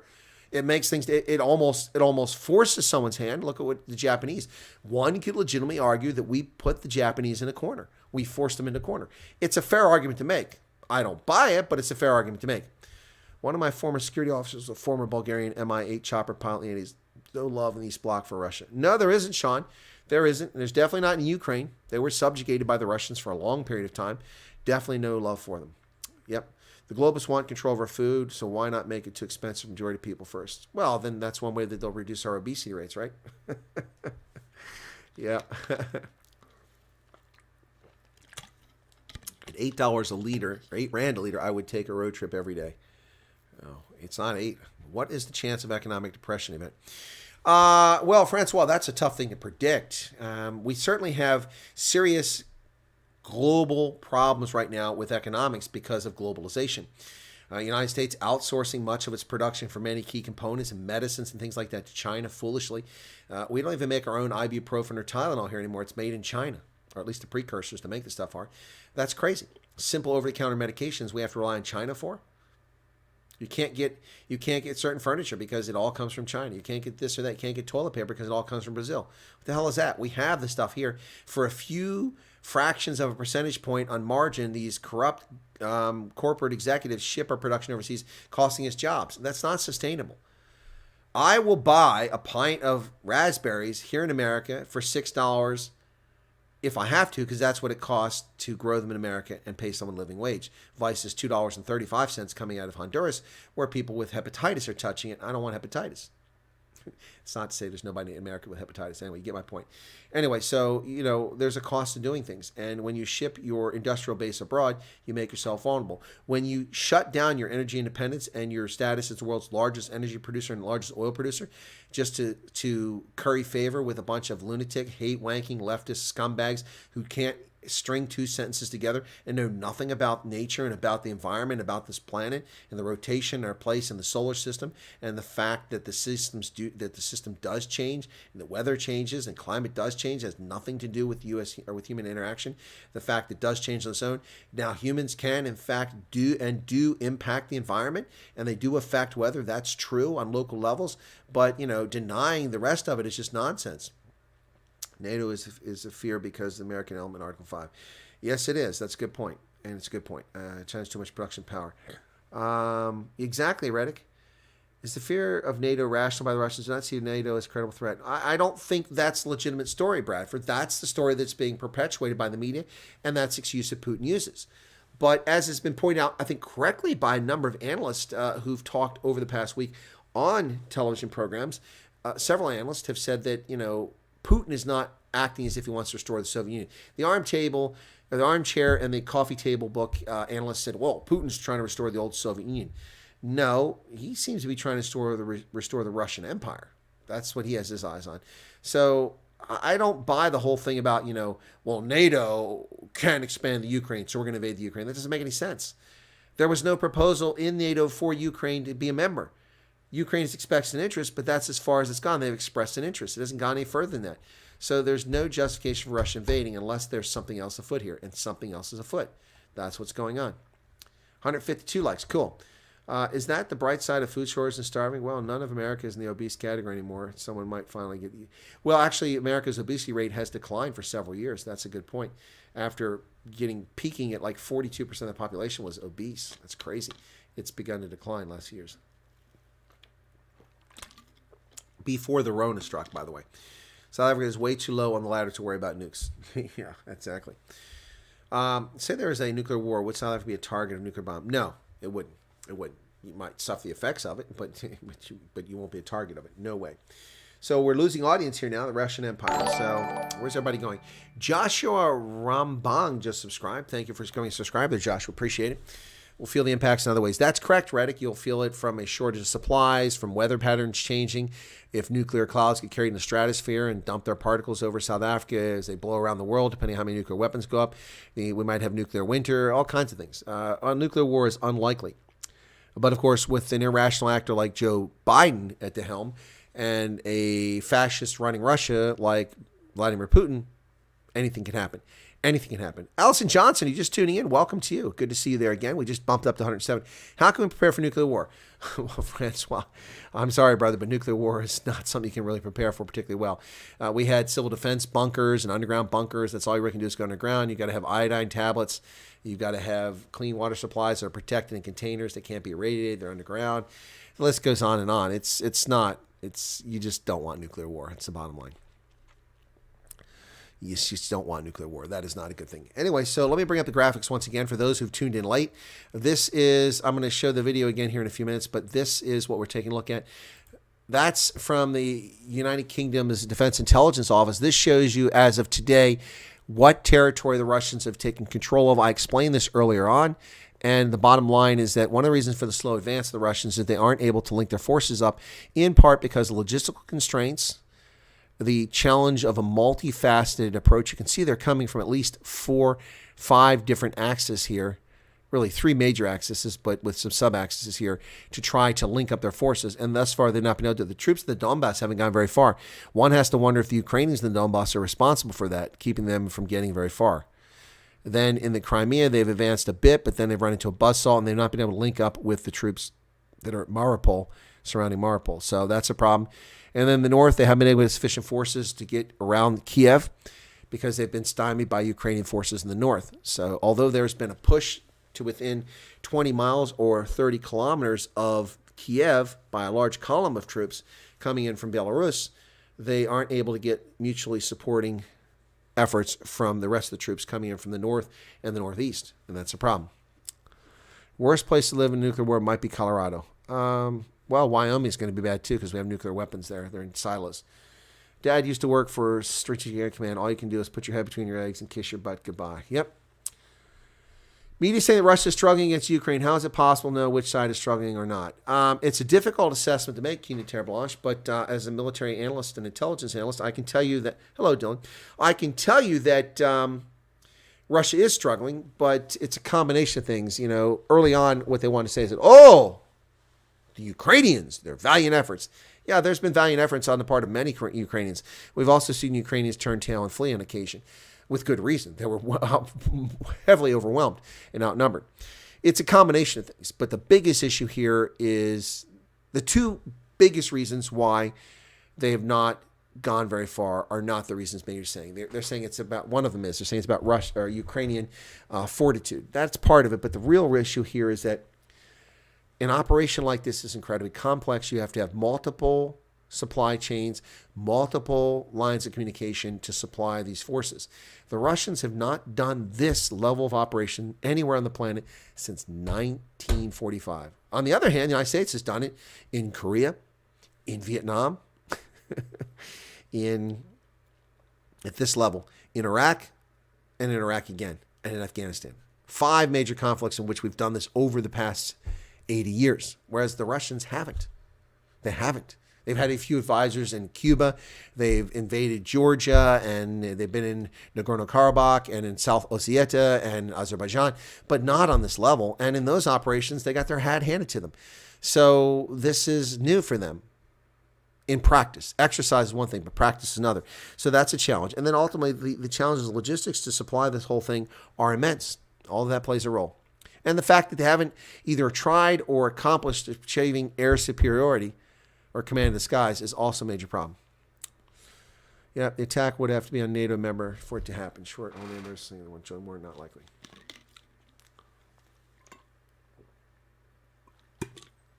I want a bunker, but it would be floating to the surface of South Florida. Yeah, because you live on a pile of water there. There's no underground. Yep. Nuclear would affect U.S., Europe, and Asia. It'll affect the whole planet, Reddick. It'll affect the whole planet. If you get your wheat from Ukraine or Russia, you're not getting any more. If you get your wheat from the U.S., you're not getting any more. It's irradiated. If you get your motor vehicles from China or from the U.S., you're not getting them anymore. It's not going to happen. We don't need nuclear war.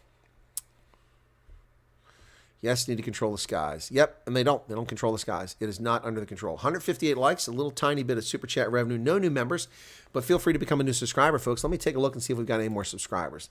It was 11 last time I looked. 21 now. We did get some subscribers. Thank you for becoming subscribers, those who've tuned in. Folks, if there's sufficient news to warrant it, for now, I think I'm going to pause the Night Owls edition and run with a Ukraine update every day at this time. I think that seems to be more popular, and we'll draw bigger crowds here, and we can discuss these things. So, yeah, media is saying that Russia is struggling. Yeah, that Russia is struggling, but not as badly as the media makes it out to be. Reddick says, true, but I mean the media. Oh, yeah. You're right, Reddick. Yeah. Right. But the S4s win wars, not generals. I got no beans or bullets. You can't fight a war. S4 is logistics staff section. You have staff. If you're a brigade, battalion, you have S staff. You have S1, S2, S3, S4, sometimes an S5. That's the staff section 1, which is personnel administration. 2 is intelligence. 3 is training and operations. And 4 is logistics.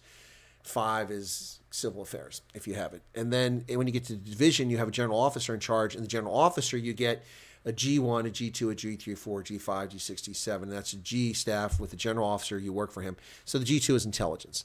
And then you get to a joint staff, combined staff, which is multiple service. You have a J1, a J2, a J3, a J4, a J5, J6, J7, all those things. They're staff elements, and that's who works in them. So I've worked in a G2. I've worked in a S2. I've been in S2 at battalion and brigade level. I've been in the S2. And there's a super chat from Levin. Levin says, thank you, Chris. Appreciate your analysis. Well, I asked you guys. Let me see. Let's do this with 100 people here right now. Let's see what kind of... Are you happy with the ANALYSS offered?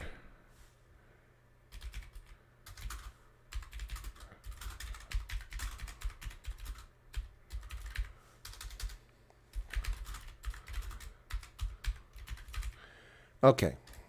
So I'm putting a poll up, and let's see what you guys got to say. There's another super chat. Fishes and Loaves became a member. Oh, okay. Wow. Still on our honeymoon phase. There you go, Fishes and Loaves. There's your salute. It went off the screen really fast there. Sorry about that. Ukraine. Okay, so here's a poll, folks. I'm going to do a poll before we wrap up things for tonight. And thank you, Leovin, for the super chat. Thank you, Fishes and Loaves, for a second month of membership. You get a MOI now instead of a RDP house. War is running, inflation up, oil up, horrible U.S. leadership. Why is the Dow Jones up? Well, it went down and then went up because people are weird. That's why stocks are a strange thing. Try buying books on logistics. It's not given enough attention by military, still becomes a crisis.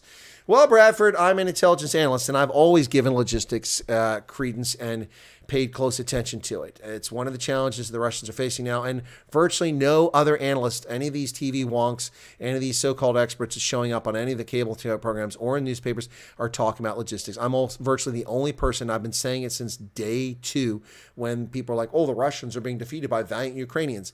Well, there may be localized in some tactical situations being defeated by valiant Ukrainians, but they're being defeated more by the complexity of the operation, their inability to get resources to the front in a timely fashion. So there's a poll up. We already got 30 votes, man. Cool. 30 votes. War is still running. What does logistics mean in a war context? Provide examples, please. I'm busy taking notes here for my classes. Keenan's cheating. Okay, so what does logistics mean? Well, everything that you need. All right, food, fuel, bullets, and we have what we call classes of supply in the U.S. military, and other militaries do the same thing. So we have Class 1, Class 2, Class 3, Class 4, Class 5, Class 6, Class 7, Class 8, Class 9. And so 3 and 5, if I remember correctly, are petroleum, oil, and liquids, that sort of thing. And you've got bullets. These are different categories of supply, and that's how you determine what you're getting. But we have prescribed resupply rates based on types of operations and actions going on, and the supply system has priorities on what you prioritize. So if you lose part of your transport capacity, what do you prioritize? Bullets, beans, food? Food might be a lower priority. Soldiers can do without food for a day, but they don't have bullets, they can't shoot. If they can't move, they become a target and they can be wiped out. So it's all very complex. Logistics is why armies fail. If you don't have good logistics. The U.S. military has fantastic logistics operation.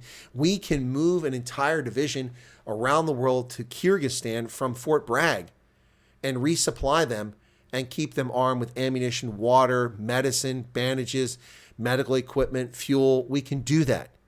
Now, in the Gulf War, we had a big advantage because basically our petrol station was right there. We were able to fight that war with impunity because the 670,000 coalition troops from 43 nations had all the free diesel and petrol that we wanted. Why? Because the Saudis provided. Their refineries are right there in Dhahran, and that's where all their tankers got serviced and took oil around the world. So they just turned the pipes and they filled our tankers, and we got all the diesel we wanted, all the petrol for all our vehicles, all our heaters, all our equipment, and we made it happen. The only thing that was a challenge for them was the aviation grade gas, which is a little bit different, and they had to figure that out for the jet fighters and the bombers and such, but they did. So there you go. I hope that helps. That's what supply and logistics is all about. Reddick says it's unanimous. 40 votes. That's pretty incredible. I'm humbled. Thank you so much. Quelle bois. Bye bye donkey. Vielen Dank.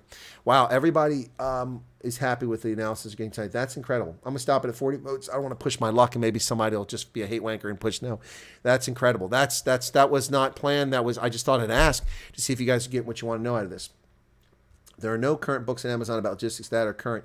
Israeli analysts wrote a good book. Gus Pagonis wrote a great book after the Gulf War. He was the general responsible for the logistics operation in the Gulf War. I can recommend Gus Pagonis' book, which is fantastic. I don't know if it's on Amazon anymore, but I have it. Gus Pagonis. Gus Pagonis. Okay. So he's still alive. He was born in 1941. He's 80 now. And he's actually from Charleroi, Pennsylvania. I didn't know that. But yeah, he was the guy that, let me see if I can find his book there. What's his book here? It's just called, come on. Moving Mountains, Lessons in Leadership from the Gulf War. That's it. Published by Harvard Business. Let me see. Moving Mountains. See, that was a brilliant one. Moving Mountains. Gus Pagonis. He wrote that book a long time ago, 1992. So let's go to Amazon and see if it's actually on Amazon. If it is, I'll send you the link. Paste. Here we go. Okay. Yeah. Oh, well, yeah. You're right. It's out of print. It's $59 from Amazon. There's only one left. Is it in paperback? Paperback's $30. Screw that. That's too expensive. I don't pay that money for paperback. And it's also $49 used and new offers. You can get it that way. You can get it used. You can get it for $3. Yeah, you can get it used for $3. So Lessons in Leadership. Let me go to that, and I'll give you the link here real quick. All right. So 1992. This was a brilliant book written by a guy that knows his craft when it comes to logistics. So you can also go to, I'm sorry, I can't do it. It's too long. Just go to Amazon, look it up. Moving Mountains, Gus Pagonis. It won't, the link is too long. It's like 400 characters, so it won't go in the chat. Why are some calling for the move of Russians from NHL? Because they're morons. They're morons. What's Alex Ovechkin have to do with Russia? Nothing, even though he's friends with Putin. These are morons. These are virtue signaling idiots. That's the most disgusting and least appealing thing I've seen about this is all these idiots like Nancy Pelosi who suddenly wear lapel pins with Ukrainian and American flags on them. Where was that 2 months ago? Where was that 9 months ago? Where was your solidarity with Ukraine when there was time to save Ukraine? Now you're just a bunch of attention-seeking whores. Attention-seeking whores. That's what they are. Virtue signaling. People, posing with Ukrainian flag paint on their palm. Putting their sad puppy dog eyes up there like they give a crap. Everybody putting hashtag Ukraine just to get views. Bullshit. Total nonsense. What I love about listening to you is that you look at things from multiple angles, which gives a much more diverse understanding. Thank you, Levin. That's why I say my news analysis is balanced. I'm biased. I'm a political conservative. Slightly to the right of center. Not far to the right of center. But I'm honest about my bias, and I'm willing to look at other angles. Yep, thank you very much. I appreciate it. That's a very nice compliment. Thank you. Open source intelligence tactical on Twitter. Great images analysis of the current war. Latest, a pic of a Russian fighter shot down. Good images on his feet. Okay, let me take a look at that. Thank you for that, Paulie. Paulie, it's good to see you, man. Thanks for the super chat earlier. I appreciate that. We got a little bit of super chat revenue to start the month off well. Last month was salty cracks, man. Salty cracks. It was tough. It was tough. OSINT Technical on Twitter. Let me look that one up real quick and see what we got there. Okay, since you shared that with the audience, let me do the same here. Whoop, that's the wrong window. I don't want that one. I want this window. Hang on a second. Give me a second here. Twitter. Get to it. Twitter. The cancer Twitter. Okay, OSINT Technical. He's got 470 tweets in the last hour. Wow. Wow, wow, wow.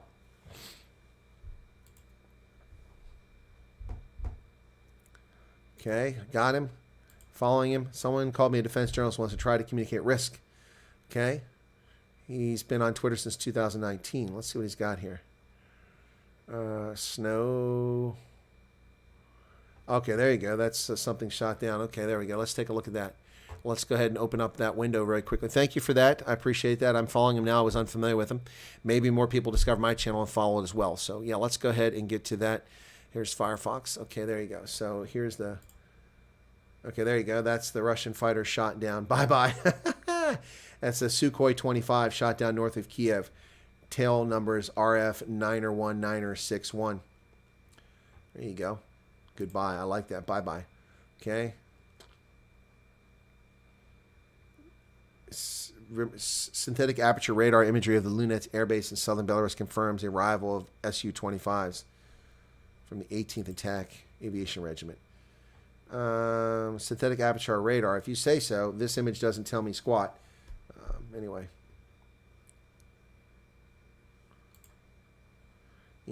what else has he got here? Destroyed Russian supply column near Kherson. Okay, this is the place that they claim they've captured, but the Ukrainians dispute it. So let's play that.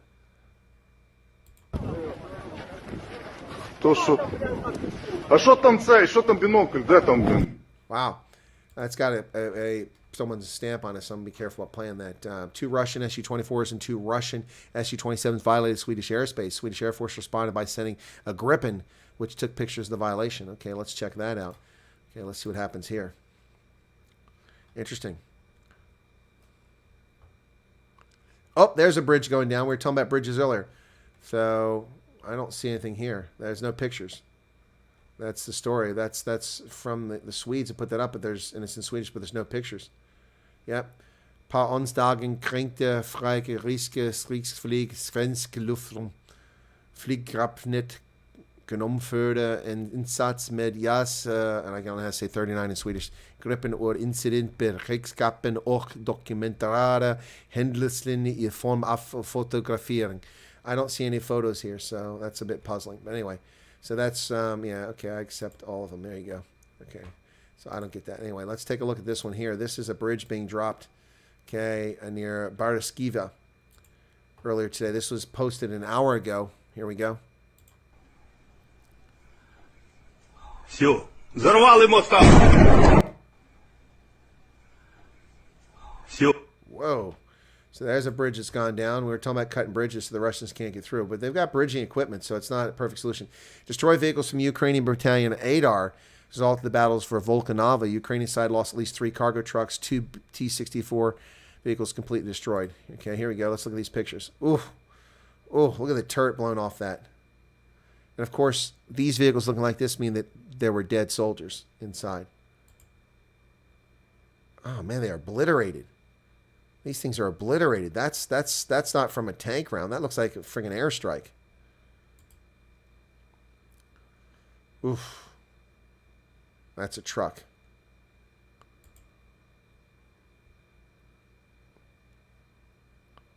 Looks like some looting is taking place post-shooting. Look at all the kit laying on the ground in the back there. Someone's looted it. Those are some pretty poignant images there. Russia strikes Babi Yar, the place where 100,000 Jewish people were executed by Nazi regime. Yep. Talked about that. General Senate has approved resolution demanding, okay, this is earlier, demanding a ceasefire in Ukraine, withdraw all troops. Here you go. So this is 141 nations in favor, 5 against, 35 abstentions. Let's call out those who were against: Belarus, North Korea, Eritrea, the Russian Federation, the Syrian Arab Republic, the usual suspects. Abstentions, countries that ought to have their head checked: Algeria, Angola, Armenia, Bangladesh, Bolivia, Burundi, Central African Republic, China, Congo, Cuba, El Salvador, Equatorial Guinea, India, Iran, Iraq, Kazakhstan, Kyrgyzstan, Laos, Madagascar, Mali, Mongolia, Mozambique, Namibia, Nicaragua, Pakistan, South Africa abstain. Shameful, shameful commie ANC. Senegal, South Sudan, Sri Lanka, Sudan, Tajikistan, Uganda, Tanzania, Vietnam, and Zimbabwe. The usual race-hustling suspects and leftist scumbags. South Africa abstained. South Africa abstained from criticizing the Russian invasion of the Ukraine. Unbelievable, folks. Unbelievable. Wow. This is disgraceful on the part of the South Africans. Cowards, one and all. Cowards, one and all. Disgraceful. Russian, he's 498 killed, 11597 wounded. That's the date I gave you earlier. This bridge outside Kiev was dropped a few days ago, causing serious problems for the Russians. It's another reason why they couldn't get forward. Let me just show you this video here. This is from the Kiev Independent. I'll show you this one here.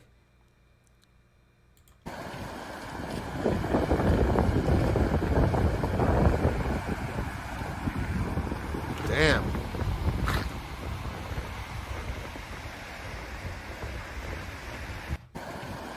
So that's one reason why they can't get through. Backwoods is saying those trucks are Euro trucks. They were Euro trucks from the Russian Federation. The plates certainly looked that way. I can't tell what the armored vehicles were because they were blown to smithereens. Cancer brings shame on us once again. They have. There's some kind of stain indeed. Yep.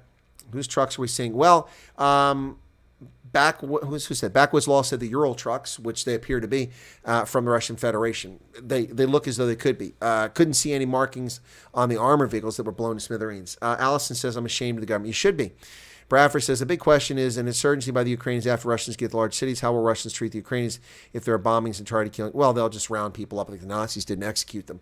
That's what they'll do. That's why the women and children had to get out, and anybody with half a brain would get out. Yeah, some good engineers. Yeah, no, that thing was blown to snot. Yeah, so that's one reason why the Russians aren't getting anywhere, folks. Yep. The new weapons Germany promised have been handed over to Ukraine, according to the German news service. Berlin's offering was made on Saturday. Remarkable speed, given it took a month for the helmets to get there. Interesting. Russian forces look they're going to try to encircle Kiev. Units spotted in Baraskiva. Baraskiva is located on the eastern side. Here's a little map there. So there's Kiev, and you can see them coming in from the southeast, trying to encircle. We'll see if they can pull it off. The next 24 hours might be critical to Kiev. Russian forces 4 hours ago were allegedly spotted in Baraskiva, southeast of Kiev. Yep. Russian battle plans captured. Oh, this is interesting. From one of the command vehicles captured, battle plans were approved on January 18th to call for a 15-day war to take Ukraine. That's interesting. Now, I've not seen this anywhere. Someone's claiming this name lost weapons. Huh. So they're saying they thought they would take Ukraine in 15 days. So all the pontificators going, well, the Russians have not defeated. This, so far, they're not even inside the window. It's just 7 days. They're 8 days away from their objective of having captured the Ukraine. So talking about Putin is increasingly frustrated. If that's true, if they actually caught real intelligence information there and the plan was 15 days, then Putin is not at all disturbed by an 8-day or 7-day event. Keep blowing the snot out of them. Are there any known Ukraine national terrorist organizations Russia could blame on a false flag terror attack in Russia? Well, they go after the Azov Battalion and so-called right-wing groups, but they're not going to attack. Oh, what happens here? Let me see something here. Okay, this is interesting. This is from a Ukrainian site. Apparently, the Kharkov City Building Councilman, this is when it was attacked. We saw the results of it earlier. This is actually when it took place. Paulie's become a member again. That's a renewal.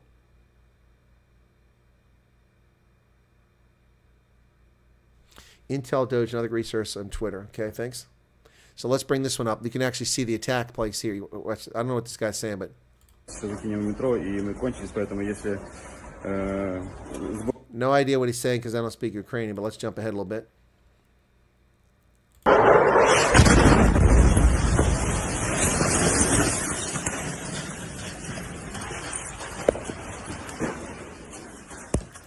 Okay, that could have been a surface-to-air missile, surface-to-surface missile. It could have been aircraft, though. It was definitely moving at high speed. You could hear it. It wasn't an artillery round. That was not an artillery round. They don't sound like that when they come in. That was incredible. Yeah, that's when the Kharkov municipal building was attacked. Yep. Crazy stuff, folks. Crazy stuff. Ukrainian territorial defense fighters ride on a captured T-80. Now, see, you got to be careful about this stuff, the provenance of this stuff, folks, because these videos could be from 6 or 8 years ago. I don't know if they're now, but let's go ahead and play this one here. Ukrainian weapons tractors. Live Kharkov is what this is. This is supposed to be from Kharkov. Let's see this very quickly. Okay, these guys are riding on a T-80.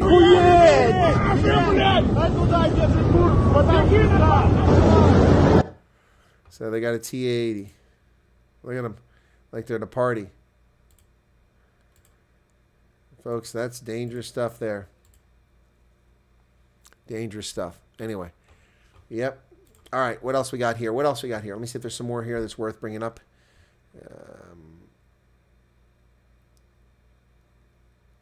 Even if the numbers, this is according to this guy, even if the claims by the Ukrainian government are incorrect, independently confirmed numbers indicate large Russian losses, particularly the attrition of the frontline army units indicates Russian formations running into serious resistance. So this is, I don't know the source on this, but let's look at this. If there's any truth to it, his point is correct. 52 tanks, 17 destroyed, 1 damaged, 20 abandoned, 15 captured. Well, that's not catastrophic when they've got thousands of these things, but that's also not good. The T-80s, 2 destroyed. Now the BV, the reason there's a Soviet flags, that's when the things were built. The models after that are Russian built models. Yep. Interesting. This is interesting. We'll see what happens here. The T-72 Bravo 3 Mike, 14 of those. 1 destroyed, 2 destroyed, 3 destroyed, 4 destroyed, 5 destroyed. That must be different engagements. Yeah, not sure what the status of that is, but that is an interesting thing to have there. So, yeah, the Russian losses, it'd be interesting to see the truth of this. Okay, there's the heavy fighting Mariupol. I brought that in a video earlier. And then the first person I know died in this war. My former colleague, TV cameraman Yevgeny Sakin, was killed as a result of a Russian missile strike on Babi Yar, along with 4 other people. It's a pleasure working with him. I'm devastated by this news. This is from Olga Tokaruk. She is a blue tick mark on Twitter. This is the gentleman here. The first person I know died in this war. My former colleague, TV cameraman Yevgeny Sakun, was killed yesterday as a result of the Russian missile strike in Babi Yar, along with 4 other people. It was a pleasure working with him. I'm devastated by this news. Eternal memory, Olga Tokaryuk. It's got almost 12,000 retweets, 60,000 likes. And that's his press pass, which was good until August of this year. Shame. Shame. People forget that in the Balkans, in former Yugoslavia, one of the biggest numbers of casualties, as far as the number of people involved, was journalists. A lot of war correspondents were killed in that conflict. Pretty scary stuff. Now, this one I didn't show because this is purportedly Ukrainians recovering a surface-to-air missile system. This is being pulled by it looked like John Deere tractors. They're not John Deere tractors. Just the color looks like John Deere. But these are purportedly Ukrainians recovering a surface-to-air missile system.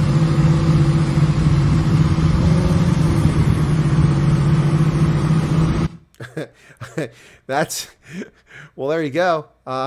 Interesting. It's quite clever of them. They use 2 tractors to pull the thing out. This is ingenuity, folks. This is ingenuity.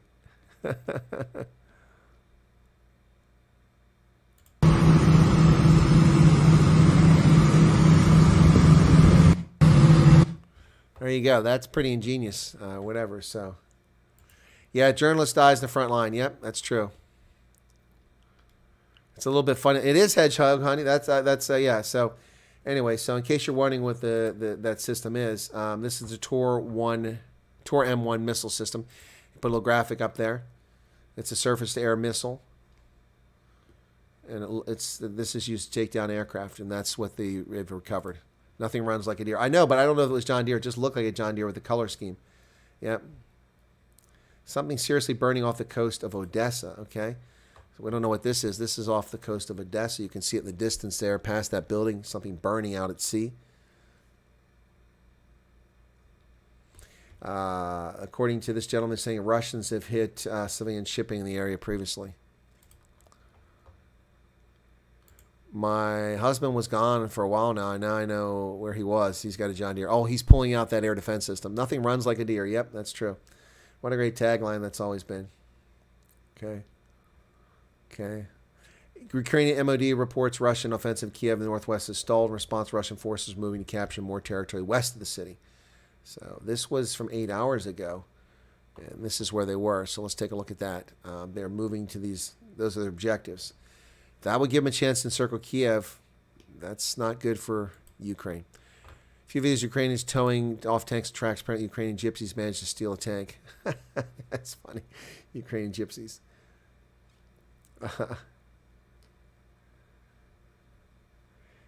We've got Indian C-17s carrying humanitarian assistance to Ukraine. This one's headed to Romania.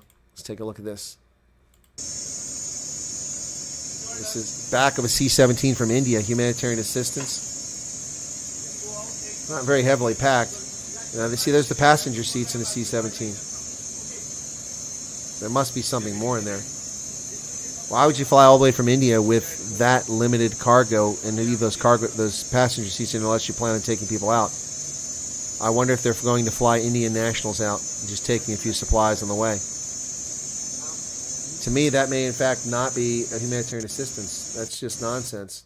I mean, that's supplies. Here you go. Look at that again. That's supplies. That's not humanitarian assistance. Those are some bags of food which are probably needed for the crew or people they're going to evacuate. I suspect that C-17 is being used for evacuating Indian nationals from the Ukraine or the region. So not humanitarian assistance. That would be my assessment. There's the drone thing I showed earlier. And,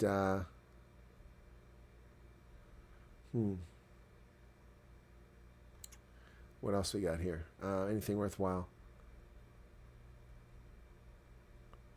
The Russian delegation went to Konotop to negotiate surrender, effectively saying that the city would be destroyed in the fighting otherwise. Oh, so here's the video of them actually there. Michael Horowitz provided this. So let's go to that and take a quick look at that.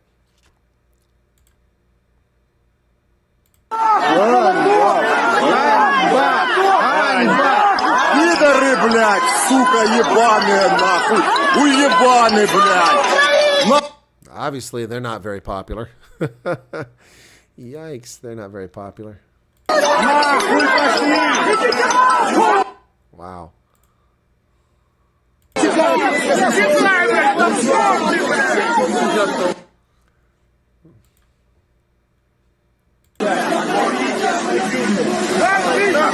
If Russians weren't the victims of xenophobia in the past in the Ukraine, they will be now.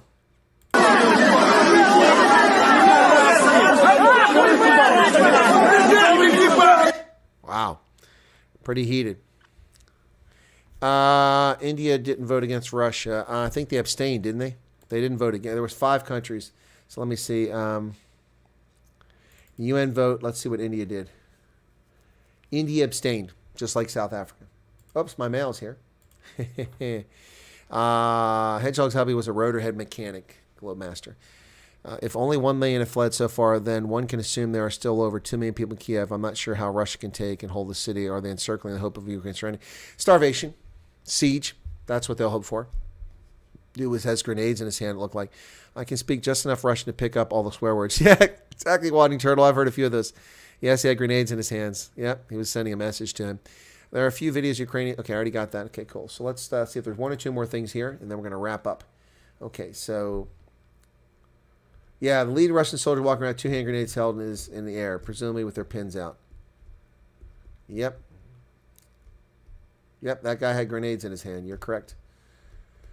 French forces arriving in Romania, okay, on an Antonov, a Ukrainian Antonov. Don't the French have their own heavy lift?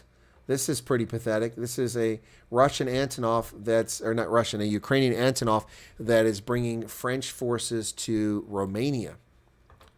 We should be going to Ukraine. It's snowing in Romania. Look at that. That's a big plane.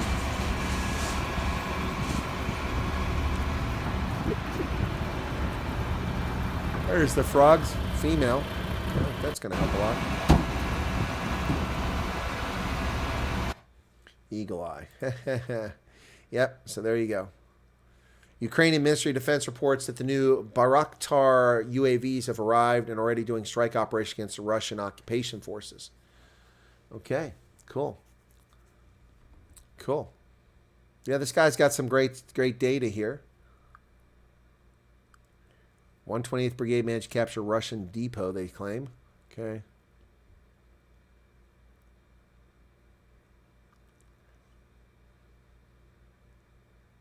They missed the regional police department building in Kharkov and hit the faculty of sociology, the National University. Okay.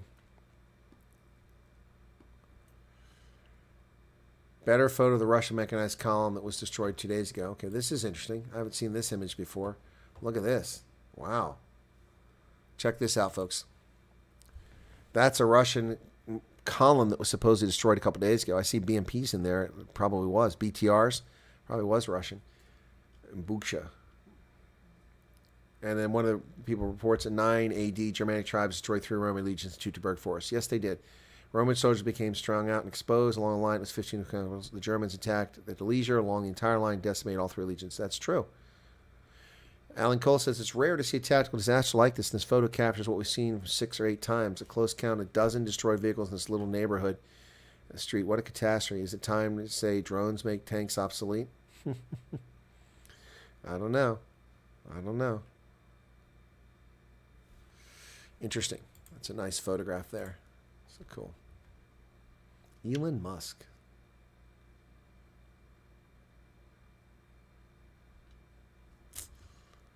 Okay, Ukrainian Territorial Defense Force took out 2 more Russian supply trucks. Okay. Russian convoy ambushed.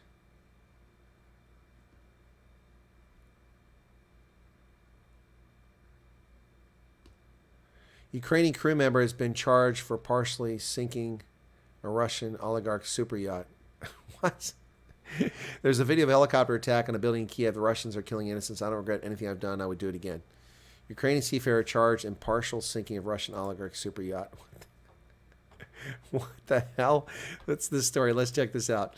A Ukrainian seafarer has been charged in Majorca for partially sinking a Russian oligarch super yacht. The ship's chief mechanic is accused of opening the valves in the engine room of Lady Anastasia, which belongs to Alexander Miev, chief executive of Rosoboron Export, a Russian weapons company. He'd worked on the 157-foot Lady yacht for 10 years. The boat is for sale for $7.22 million, been in the market since April. Sailor was released pending an ongoing probe. As soon as I reach the first Ukrainian city, I will look for a military commander and ask him if they need me. I had a good job and a head mechanic on the boat, a good salary, but I'm going to fight for my nation. I'm not a hero. I'm a middle-aged man. I have a lot of experience as a mechanic. Never had a weapon, but if necessary, I will. Okay, so he did it in Majorca. He sunk a Russian billionaire's yacht partially. God, stupid stuff. Anyway, oh my goodness. Oh, this is interesting. Wow, this guy's got some really good content here. This is a 34-second clip in Mariupol, the city I told you earlier was surrounded. Heavy fighting today. A Ukrainian drone here observing and guiding artillery fire onto Russian units. Check this out. This is brilliant. This is great footage from this Ukrainian drone. Here we go, folks, before we wrap up. This is pretty cool. He's got the circle on there. Look at that. Guiding artillery onto the middle of neighborhoods. Zooming in. Oh, okay. Oh, look, they're trying to run. Guys running across the street. They already hit one of them. People's cars are parked there. Damn. There's a whole line of military vehicles on that street. You can see them there. Oh, more artillery landing. That's some pretty precision firing right there, man. That's, I mean, artillery can be very precise, but I'm impressed if that's Ukrainian fire. That's incredible. Wow, that's something else, ladies and gentlemen. That's incredible there. That's incredible. Mechanic, you go, mechanic. Okay. That's incredible. Ukrainian civilians set a Russian Panzer on fire after it became stuck in a field outside of Kherson. Okay. Wow. There's some good stuff on here. Russian truck abandoned on the side of the road. Okay. An Su-34 that's been shot down. Wow. Chunk of an Su-34. Sukhoi 34. Look at that. That's a piece of it. Incredible stuff here, folks. The Russians, it's not going so well for them at the moment, is it? According to this information. Ukraine army captured a Russian TOS-1A thermobaric multiple rocket launcher. Okay, so this is from the TV tower when it was hit. It got directly hit. This looks not like a direct hit. It looks like sabotage. But let's see this. This I hadn't seen before. So here we go. This is the TV tower. Oh, there it is. Oh yeah, that's a missile right into it. Its structural integrity is in question, at least when this happened earlier. Boy, that's a precision strike. You saw that missile come in. Let's go back and see that again. Watch it come in from the left to right. You'll see it fly across. Here it comes. Right up. There it is. Boom. That's crazy. That's the TV tower in Kiev. Wow. Something else, folks. Something else. Anyway, wow. What's this? Multiple strikes around the Kiev TV tower. They're trying to they're trying to take that tower out because they want to shut Zelinsky up. But he'll just go to Starlink and still continue. So, but the public won't be able to get it necessarily. So here you go. This is the multiple strikes around the TV tower today.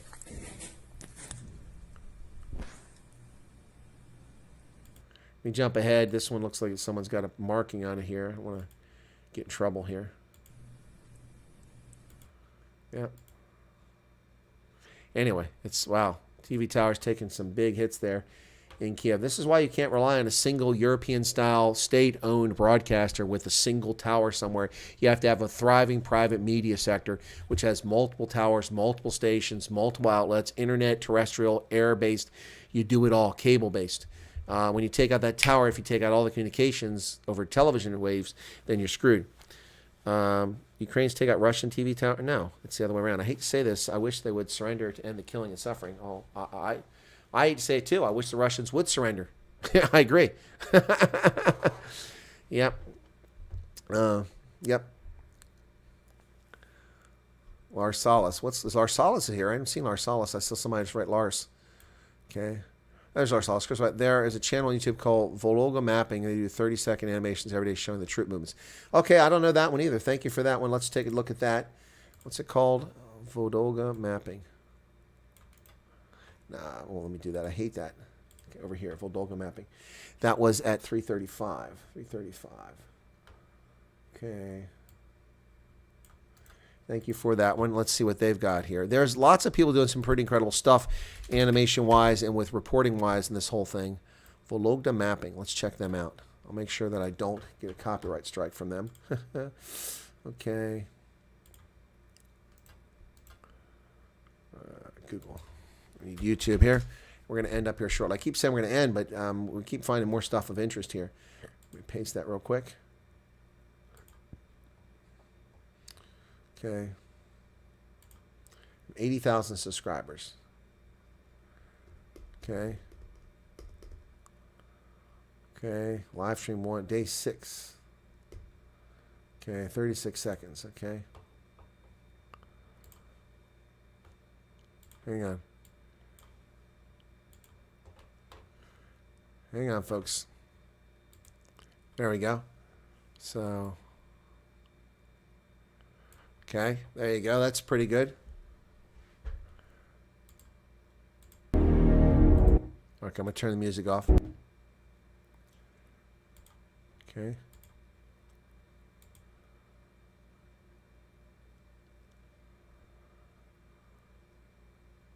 He just claims that Kershaw is fault here, which is being disputed.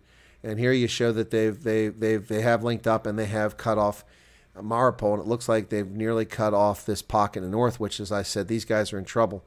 If they get cut off, it'll be like Stalingrad for them. That's not good.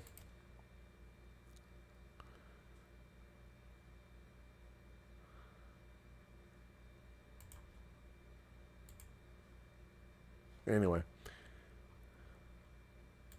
All right, anyway, so I don't want to get in trouble with their channel, but there you go. I'll subscribe to their channel. Why not? Get notified of all their updates. Sure. Vologda Mapping. Okay, cool. Cool. That's good stuff. Anyway, wow. Oh, here's another shot of Kiev's TV tower from a distance when it gets attacked. Someone must have been looking at the right time.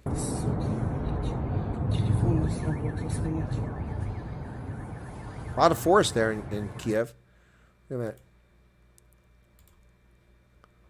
И дальше еще сейчас будут. Она стоит. И будет падать, не дай бог, прямо на наш дом. Crazy stuff, folks. Anyway, crazy stuff. R1, if I had the opportunity to fight against South African fight or America, I think I would. That's what I got for walked into an ambush. What's this? I believe Intel Doge. Intel Doge. Okay, let me get to that one now. Intel Doge. Okay. All right, we're going to wrap up here shortly, folks. It's getting late and you've been a lot going on here today. I think it won't be as long as it's each day, but I will plan on doing these streams focusing on the Ukraine now that I'm home again. So let me look this up real quick. I need another Twitter feed. TW, okay. Intel Doge.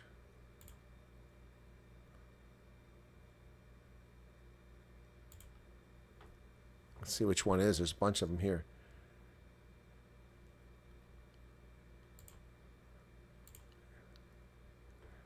It's got a picture of Putin on there. It's got some of the same stuff. Okay. All right. Where are we at now? Let me get back here, folks. Sorry. Distracted by that. I believe it's fair use if you show the animation while giving commentary. Yes, you're correct, Larsalis. That is fair use. But I have been given a strike from Odez over a video that didn't belong to him, that was in the public domain, that I commented on in my video, and I got a strike over that. So I'm very nervous about using other people's content right now, even though it's publicly available. Yep. So, wow, you go for mechanic, can't say. Okay, gotcha. East is being pinched close. Yeah, it looks like Larsalis. That's what's happened while we've been online. Understand the nationalist sentiments, but how would life be different for the average person in Russian rule? This is not a sporting event. Well, for that matter, okay, let's invade Canada. How would life be different for Canadians under American rule? Just make the 15 provinces, or the provinces of Canada, 3 states in America. You know, how would that be different for them? Come on, man. I heard Ukraine is withdrawing from the Donbass to avoid being encircled. Yeah, that would make sense, Larsalis. That would make sense. And I said there were a jeopardy there. I think Russia might have an easy time capturing the whole east side of the Dnieper. Well, if they do start retreating, that may be the case. But the problem that the Ukrainians have now is that the west side of the Dnieper in Kiev is under assault. They desperately need troops from elsewhere in the Ukraine to go and reinforce that and push the Russians back. So there you go. Anyway, yeah, Larsalis, good point. Good to see you again, Larsalis. And Bradford Townsend, thanks for joining us here. Appreciate your comments and questions here as we went along. Hope you've become a subscriber along with some other folks. We did gain some subscribers today. That's a decent day for subscriptions, up to 5727, which is nice. Yeah, so that's cool. And my Russian invasion video is up to 388 views. That's decent, not great compared to my old stuff, but it's not bad. And today we have 1,500 from 2 to 3. Some good views here today. That was the first hour, and we've got another 700. So 2,300 people have tuned in for this stream, even though we have 900 plus watching right now. Thank you for that. Earlier today, I did a stream from 12 o'clock. I had 200 people. So obviously Ukraine is what people want to hear about. So it's going to preempt my night owls while this is going on, folks. As you know, I bring breaking news regardless of what it is.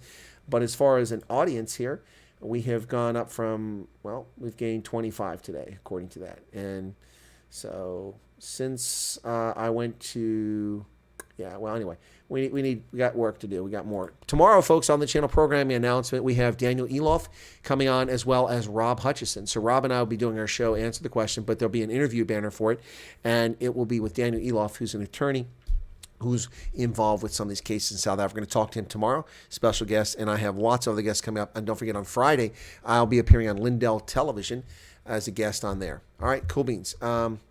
Sounds like the Colonel is going, so I will have to catch up later. Have a good day further. Yeah, I have to go because this is now 1.5, 2.5, 3.5, 4.5, 5 hours of broadcast on 3 streams today, and I have to work on the radio tonight for 2 hours, so I need a break. I was going to go to the post office, but I'm going to skip that because it's already 4 o'clock, and at 7 o'clock I have to be on the air, and I'm trying to get a guest on there for tonight still. So thanks, everybody. Appreciate it. Be sure to smash the like button. If you're new to the channel, please come back. This isn't a one-trick pony. We do this all the time in all sorts of events. I cover Myanmar, Cabo Delgado, coups in Africa, events in South Africa all the time here, just like this. Ukrainians managed to hit the airbase inside of Russia. That's impressive. Yeah, 5.5 hours today. Well, Fishes and Loaves, I did a 9-10 hour live stream on election night on November 3rd of 2020.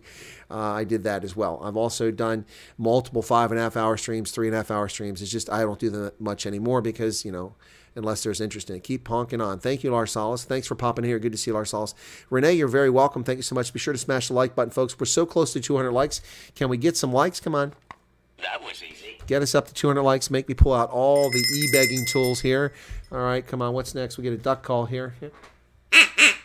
Trying to get those likes up. Get up to 200. Wow, we're not there yet. It's 184. Is there turkeys around here?